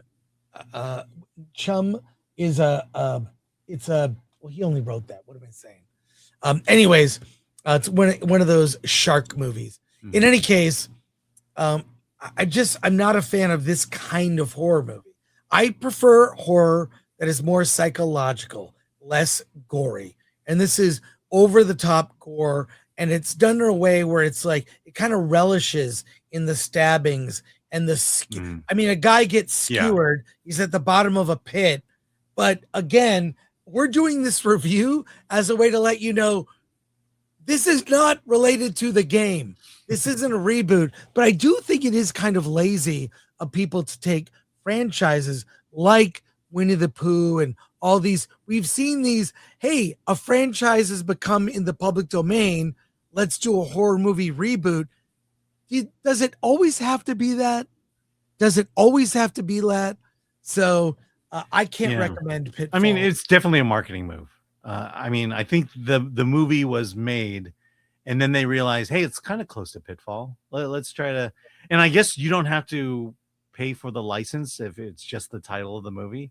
So, and you can by there imply that it's based on the game. It's a marketing move. And I think, as I mentioned before, the fact that you try to connect it to the video game, you're putting yourself a couple steps back, because now we're wondering, what's this have to do with the video game? And it's going to taint your opinion about it. The marketing for the movie did not imply or suggest this was connected to the game. I think there was a social media kind of. Yeah. I assumed that because game movies are, movies based on games are popular, but this is one you can avoid. But if you do like this subgenre of torture porn, there was quite that genre really kind of evolved after 9/11.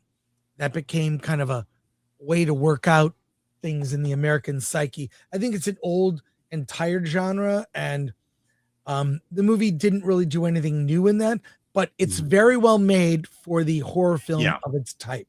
I will say it's a good looking movie. I think it's competently made, and again, not my favorite subject matter in films. Let's go to your comments. Terry Ike for 69. Still waiting for the live action version of Dig Dug. Yes. There is a Hippos movie coming out, and there is a Hippos movie coming out. Yeah.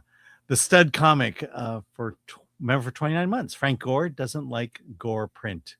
Well, I don't like overly gory because I think it's misused. For example, in the movie Dawn of the Dead, the goriness of that movie is shocking. It's meant to be shocking. And it's a surprise. I'm thinking of two scenes from the original Dawn of the Dead, directed by George Romero. The scene in the beginning with the SWAT team and someone's head explodes. I'd never seen that in a movie before.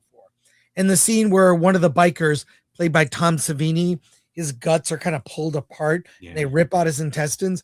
Both scenes shocking. But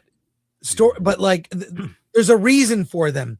I think overly gory movies, it's gore for gore's sake, can get kind of tired. I think that opening kill in the movie was like, I kind of knew I was done with this movie after that. At the opening scene. Well, but the Art the Clown movies, conversely, that is part of the conceit of the movie, is how over the top someone getting a chainsaw from the bottom and cut in half sideways, like all those kind of crazy. One day you will see a terrifying movie. I've seen half of the first movie. Or second movie, sorry. No, once I got to the salt and vinegar, I was done. I can't watch this movie any further. But thank you for your comment. Appreciate it. Albert Not a Retro for 5. I like America. I despise your president. When a fool threatens my country's sovereignty, it puts me in a bitchy mood. Do you think he might be trolling? I'm not sure, but I do think that. I mean, Trump is trolling. I mean, I do think he trolls. I do think that winning hearts and minds, you're trying to win the middle. If you win the middle, I think you win America. And I think the problem with current politics today is the extremes of both sides are amplified. Right. And that's not helping the conversation. Yeah. And I think the problem is the one side is kind of like can we just get to common sense? Mhm. And, you know, that's where I tend to land, because I have voted across both, but consider myself mostly independent. But I'm not going to tell you what to vote, how to vote. I'm not going to lecture you. That's just my opinion on things. Hey, Alan, it's America's 250th birthday, and probably the best time for us to review Young Washington. Alan, you're a student of history. You're a fan of this country, as am I. This film is being released by Angel Studios on 4th of July weekend. It's got a stellar cast. Ben Kingsley, Kelsey Grammer, Andy Serkis. Andy Serkis. Yeah. Not a huge part, but Mary Louise Parker, isn't it? And this it lives up to the title. This is Young Washington in the early part of America. He wants to be a British soldier. He wants to serve in the British Army. And it's really about the beginnings of his career. Tell me the sort of, give me the broad strokes of the story with no spoilers, even though if you open a history book, you'll find spoilers. Yeah. But I do want to emphasize, this film covers his early history, right? The early Young history. Washington covers Young the Washington. history. Yeah. No, Go at ahead. the end, he does not become president. So as a child, George's father passes away, only to be raised by his mother and his half-brother Lawrence. His half-brother Lawrence is moving his way up the societal ladder, and he begins mentoring young George to become basically there's a book that about being a gentleman and being a decent person, and he kind of trains him that way. And then when George hits his teens or young adulthood, his goal is to join the British Army and just kind of wants to be an officer in the British Army. The problem is he wasn't born in England. He's born in Virginia, and so he's left to kind of run the Virginia militia after his brother passes away. But none of the British soldiers or the governors will take him seriously, and that's kind of his thing, is that he wants to rise in the ranks of the British Army, but they won't let him because he's an American. He runs across Thomas Fairfax, played by Kelsey Grammer, and Thomas owns land in the Ohio Territory. But the problem is the Ohio Territory is dangerous, meaning a lot of surveyors go into it and they never come out. And so George says, look, I'll go in there, I'll survey the land for you. And he grabs a friend of his and they go into Ohio Territory. And of course they run into Native Americans who, he's not quite sure what side he's on, and they definitely don't care for him being there.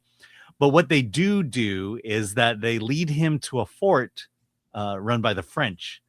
The French have put a fort in the Ohio Territory, and no one knows it's there. And so George hightails it back, notifies the governor, played by Ben Kingsley, and the governor tells George that he needs to get the Virginia militia, go to the French fort, and tell them they need to get out or else.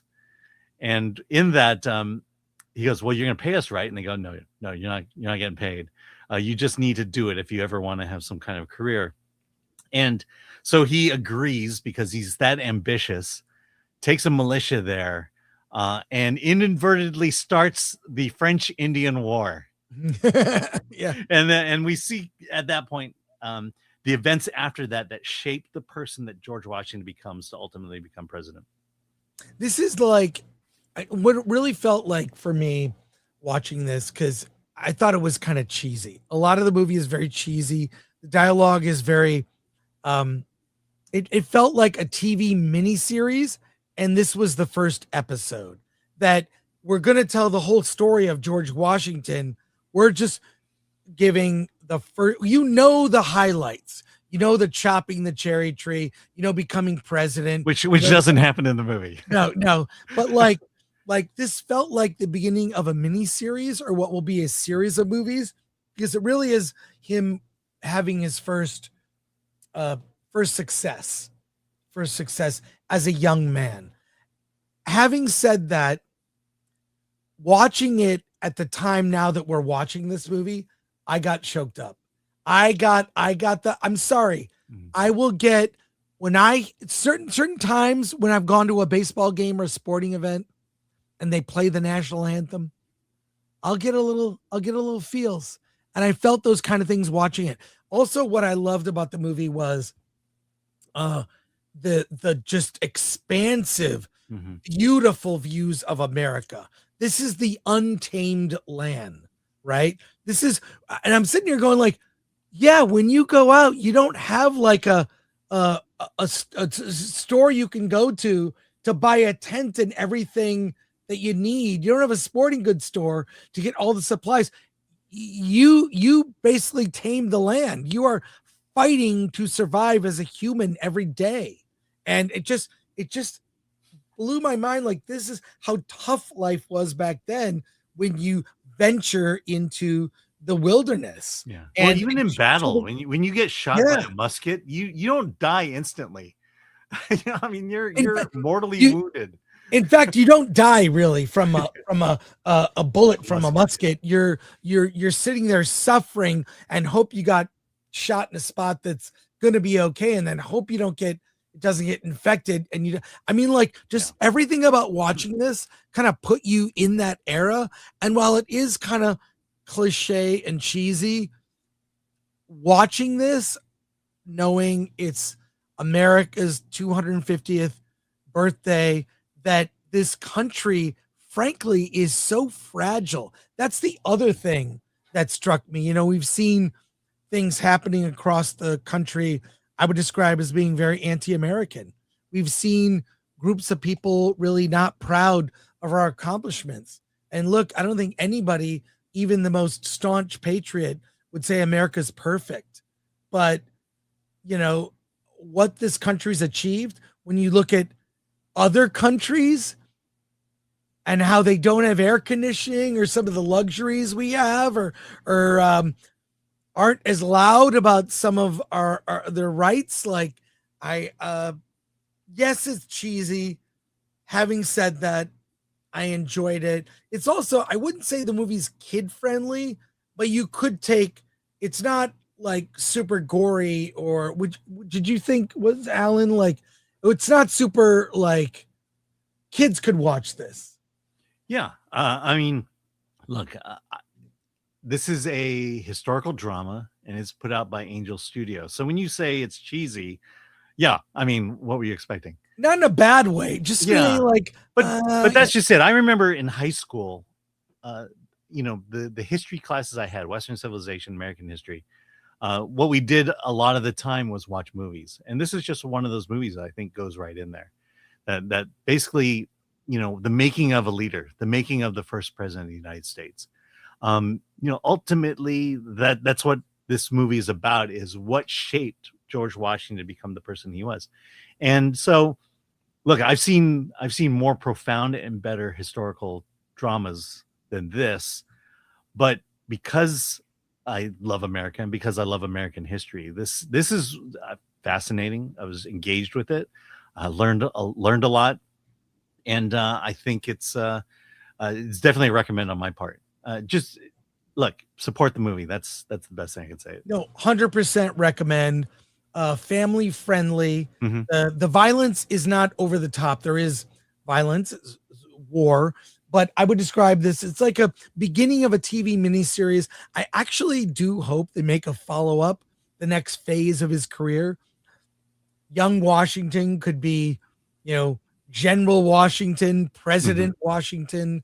I would like, if this is the beginning of a trilogy, I'd like to see it play out. Yeah. I mean, the interesting thing is, because he's trying to join the British military, you start seeing the rumblings of why the American Revolution would ultimately happen, and why George would be part of be the main leader of that, main general. Well, I mean, Luke Skywalker wanted to join the academy, and become part of until he became a rebel. It's that kind of story. Well, until he was forced to stay another season on the moisture farm.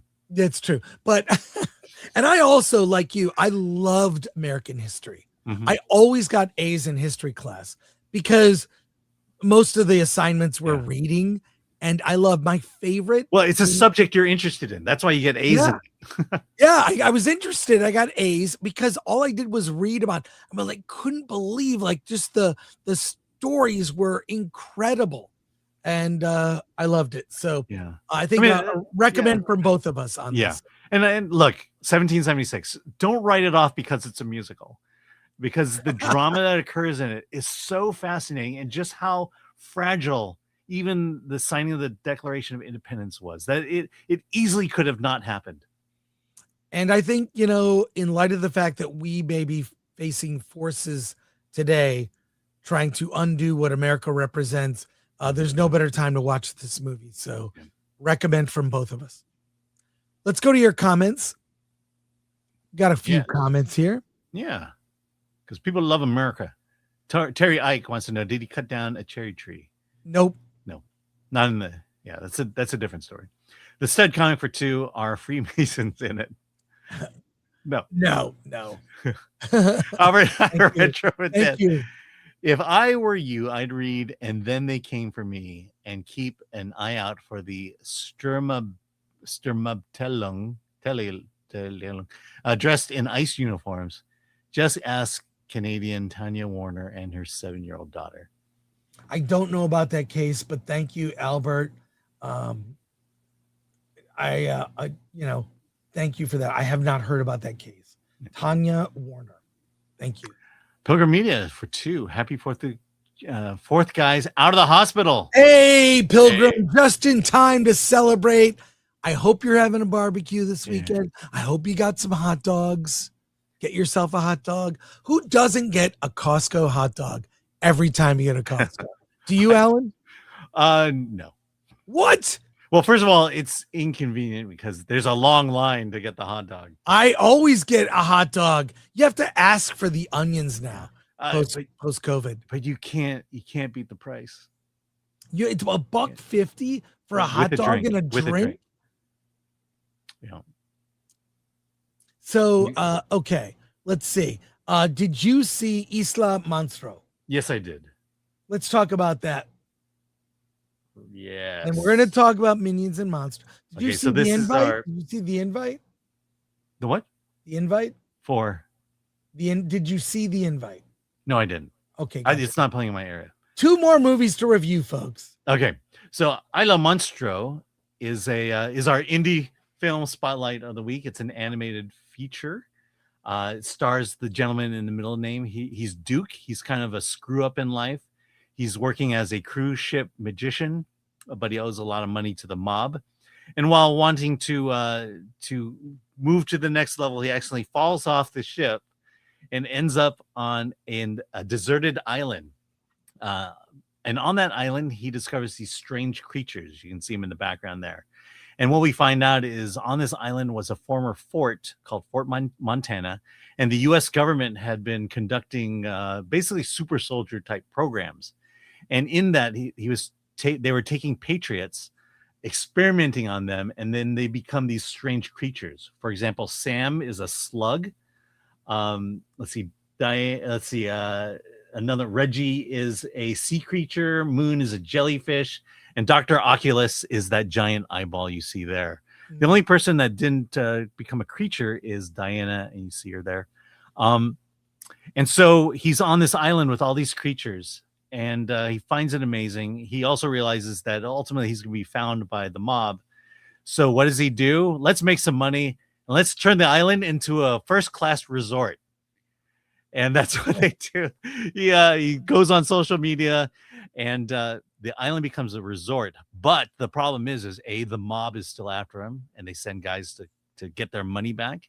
And 2, this was a government experiment, and the government doesn't like what he's doing, and they are intent on destroying the island with one big nuke.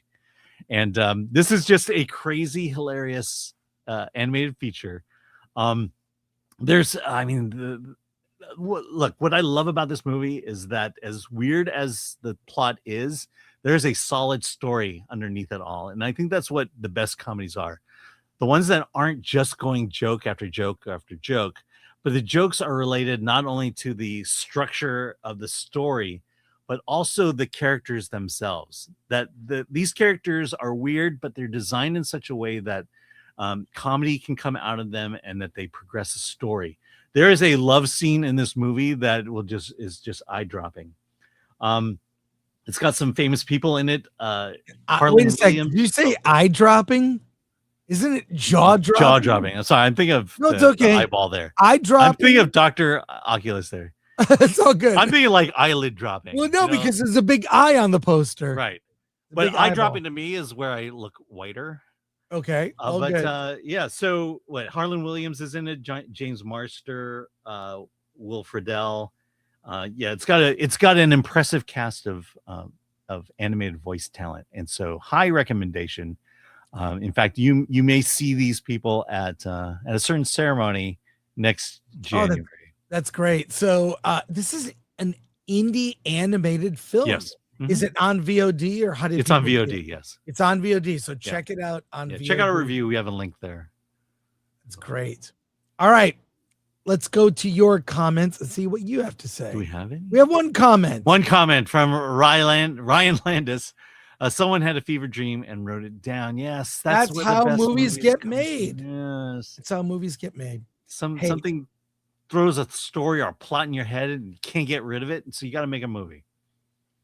Our last film for today we're going to review, Minions and Monsters, is here. And I'll just say right off the bat, I'm not a huge fan of the Minions movies. I think they're like movies for little kids with little kid jokes. Jeremy Johns, I think, had the best description of what the Minions are. It's Jackass for kids. Goofy scenarios, physical humor. You kind of understand what they're saying with the goofy voices. This one has more of a story, and the Minions, or at least the Minions, are searching for a new leader. They're looking for a new boss man to lord over them, and two of the Minions, Henry and James, kind of get the group caught up in what they think is a train robbery. At first, there's a train robbery happening, a cowboy. The Minions are after the cowboy and end up being part of a movie they didn't know was being filmed. And after the disaster, they kind of destroy the set and the train, and everything goes awry. But the film footage is so popular, they turn to the Minions to now make movies. And they make movies, and they make some movies, but then overstay their welcome. Something goes awry. I won't say what, but they have this ultimate script. It's a monster movie they want to make, and they're going to conjure some monsters. And they conjure up monsters using a book from a former boss man that ends up bringing these monsters that ends up bringing forth a monster that could destroy them all.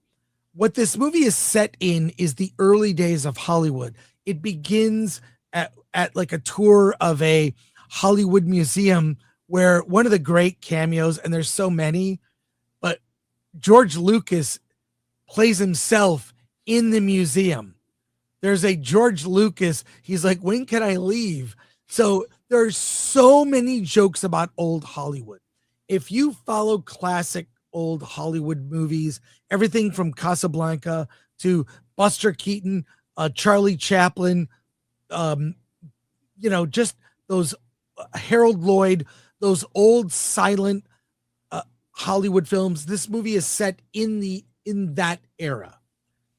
And the fact that there's more of a coherent story in this that follows the Minions wanting to be filmmakers that end up inadvertently conjuring monsters that get in a battle with other folks, other characters that were introduced. I just was entertained throughout. Now I kind of know what to expect. It's a tight 90 minutes. I think kids are not going to get the references. There's a lot of movie references, but and they don't Easter need to. eggs. They don't need to because they'll be laughing at the scenarios.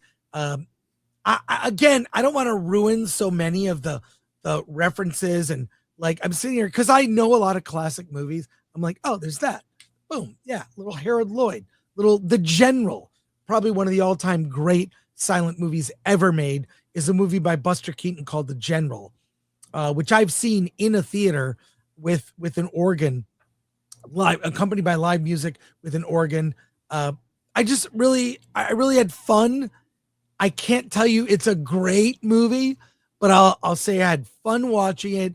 Did not overstay its welcome. And it's one of those like short attention span. Oh, you done with that joke? We'll move over here. We'll move over here. There's an alien called Dort, kind of based on Gort. You know, Gort. You know Gort. Anyways, Dort.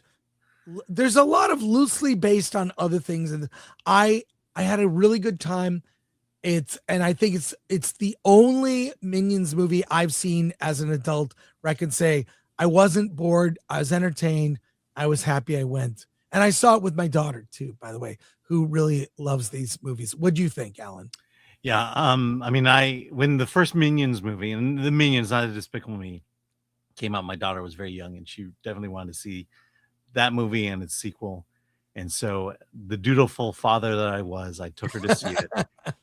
And ironically, she didn't go with me to see this third one because she's 18 years old. So to say that this is the best of the three Minion movies I would only say I don't remember the first two Minion movies. They tend to blur together, and I feel like it's the same thing here. I think I probably will remember this story better because it's it's a Minions movie. It's the same plot every time. The Minions, they're looking for a new leader to become their henchman, their minion. And this movie just kind of goes into the history of that. And again, the movie making stuff is fun, though it is really only the first half of the movie. Oh man, so I had fun. I laughed at times, but the movie is a kid's movie. 100% a kid's movie. It's a kid's movie that I think an adult wouldn't regret seeing. Right. If you take a kid that's the right age to see this movie, they're gonna love it. And I can't say I was ever bored. Yeah. And what I like about the Minions is that it treats it doesn't play it safe for children in the sense of the humor. I mean, there's a lot of pants off jokes in this movie. Yeah. There's like a lot of, okay, we're walking up to the line here. And that's what I've appreciated about Despicable Me and about Minions is that there's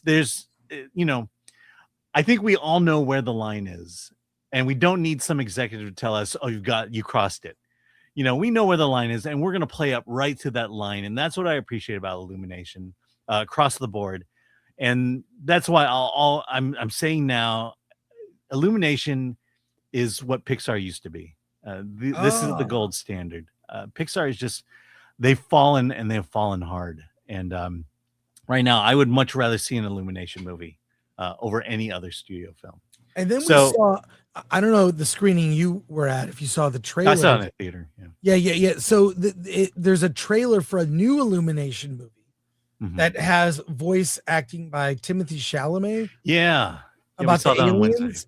Yeah. So that looked really good. It looked decent. I saw that trailer in a theater. So I think Illumination is replacing Pixar as the, every time and this will be, it's going to be number one, whatever you think. These movies are very popular. Yeah. I mean, look, Super Mario Brother Galaxy. That's an Illumination movie. Look, I didn't necessarily fall head over heels in love with that movie either. Right. But I recognize the quality of the animation and its attractiveness for kids. And both movies were tolerable enough for me as a parent that I could take my child and not feel bored, just waiting for it to be over. Like when I was dragged to see the Emoji Movie. Oh God. Thankfully I never saw that movie. That's when you have a kid who's in that right age range. I want to see the Emoji Movie. So do you recommend Minions and Monsters? I do, but again, it for what it is. All right. Let's go to your comments as we wrap up today. Here, we'll start at the top. All right, Albert Non-Retro for 10. Just a bit more on Trump. Oh, no. Our activities in Afghanistan and the Gordie Howe Bridge. We paid for it all and half the labor and the materials on your side of the border. That's okay, because Mexico built our wall. I don't know. Can you believe a politician would lie about something? I can't believe in this day and age. I know, that's weird. And I would say they all lie. You mean, hold on. Are you saying that Trump is not the only president who lied? Are you saying that every other president since George Washington has lied in some way? I think they have. Wait a sec. Albert, okay. Lastly, Trump also demanded that our Prime Minister Mark Carney, who I don't like, step down, which he has no business. He's a tyrant and not good for America and not good for the word. I mean, I'm going to leave it at the word. Well, I'll just say this, Albert. You have a right to your opinion. Yes. And we believe in free speech. And if you ever want to exercise it, come to America. we appreciate it. And we appreciate diversity of opinion. But good on Nirvana, the band, the show. We tried to look, I want to celebrate America here. We're not celebrating Trump. We're celebrating America's 250th birthday. We're not celebrating Trump. We're celebrating the fact that I can't believe our country lasted this long. And we really got to work for it. I mean, which is relatively young considering other countries in Europe, among others. So I just feel very fortunate. I feel very fortunate here. Continuing on. All right. Dark for my side for 100. Regarding Trump, Chris, Chris, how big of a role did Comic Code Authority play in restricting creativity of comic books? And what's your favorite Superman comic run? I like the Comics Code Authority. First thing about that, there were panels about comic books in the 50s. They thought they were rotting young minds. Yeah. So it did play, it did play a role in saying things you could and could not do, which, comic artists, knowing that, did everything they could to get around it creatively, which I think made them be more creative. And so some great stories. Some great stories came out of that. Exactly. My favorite Superman comic run, I can mention a couple things. One, the reboot of Man of Steel in the 80s called Man of Steel that retold Superman. Is that the John Byrne one? Yeah, that one I really love. And there's a really great, I think it's Alan Moore written story of Superman where he lives his life in his mind because he's been taken over by a being. He's actually in a coma and he's living his life. Superman thinks he's kind of alive, but he's not. He's been put in a coma. And it was written by Alan Moore. It was Man of Tomorrow something. Anyways, look that up. Look up Alan Moore's Superman. I can't tell you the title of the comic, but thank you for your question. Yeah, I will say I was a John Byrne super fan, and that was the only Superman series I ever bought. That run, I bought it on the rack. Yeah, I kept buying it. It was great to see the story retold. I know it was. He took a lot of liberties, but it was. I think I still have it. Yeah, I think I do as well. Andrew Cram for 10. If you want me to give my opinion on Chris and Alan on America Team Police, Team America. You're saying Team America. Love that movie. It's worth watching with our America's birthday. Love that film. Thank you, Andrew. Watch it. America. That original theatrical cut. It triggered my wife. Yeah. Richard Craig for 199. What are you guys' top 5 movies of 2026 so far? Good Luck, Have Fun, Don't Die. Nirvana the band, the show, the movie. Obsession, Backrooms. Project Hail Mary? Yeah, Project Hail Mary. Yeah, why did I forget that? Yeah. So you have one studio film on there. One big studio movie. Yeah. Those are my favorites. so far. That's a top 5. Alan, what's your list? Probably I the same. believe that's pretty much my list too. Yeah. There's one indie film I can't remember what it is, but I remember. Yeah, Nirvana, the band, the show, the movie. Excellent. Thank you for the question. A Canadian film, by the way. Our own time. It was a Canadian movie. Yeah, I was sitting in front of this middle-aged guy who was laughing far too loudly and was rolling my eyes. Half an hour later, I become him. Yeah, that happens. Look, If the you're kids in my screening loved it, eating it up, and massive applause after the movie. No, they applauded at the end of the movie in my screening. Everyone applauded. Yeah. It It was was a full fun. screening too. Yeah, it was full. Same. Eugene Johnson, Minions and Monsters was good. I gave it 8.25 out of 10. Nice. Yeah. Thank you, Eugene. Thank you. Yeah, I agree. I just had a great time. I'm just, there have been better animated kids films, and didn't even come close to that. Kronos Godwisen, I want to see this Minions movies too. Some interesting Lovecraft things in it. Yeah. Oh, you have no idea. Wait until you see. But they're sort of kiddified Lovecraft, but yeah, you're gonna love it. Like that last monster was pretty funny. Oh, it was so the good. things that they did with it. And a final soup here. Albert Not a Retro for 5. Thanks for letting me rant about Trump or Charter of Rights and Freedom Section 2. We have freedom of opinion too for now. Well, I'll say this. I was not particularly proud of our country or Canada for that matter during COVID. I think that broke a lot of people. I think that opened a lot of people's eyes to forces that may not have our best interests in mind.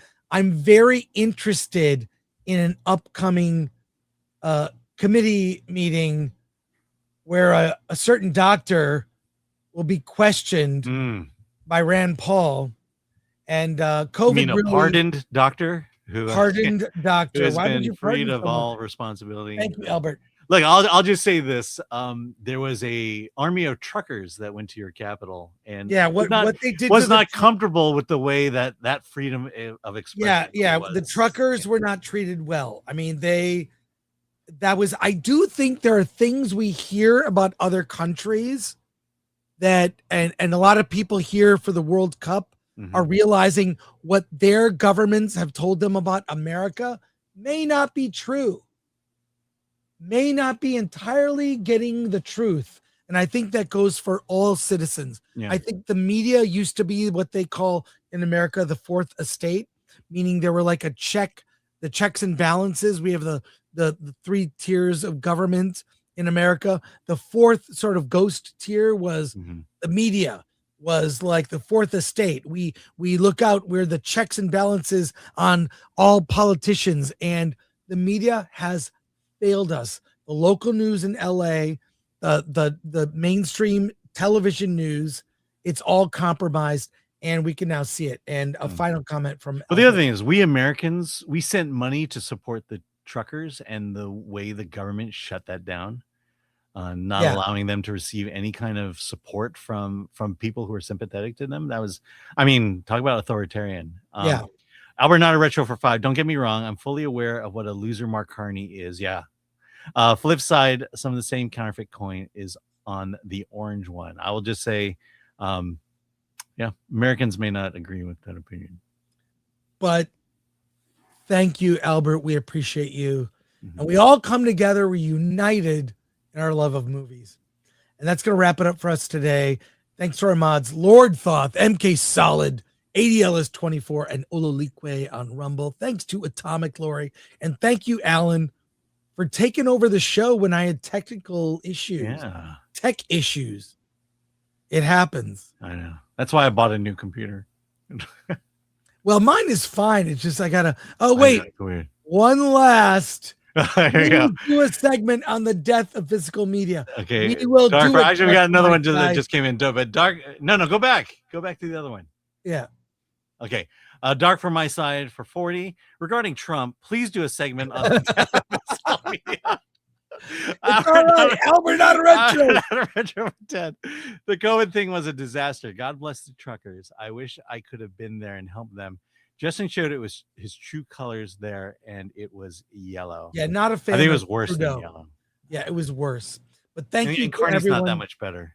And thank you, Alan. I'm gonna get some barbecue this weekend and I'm watch making- fireworks. I'm making barbecue this weekend.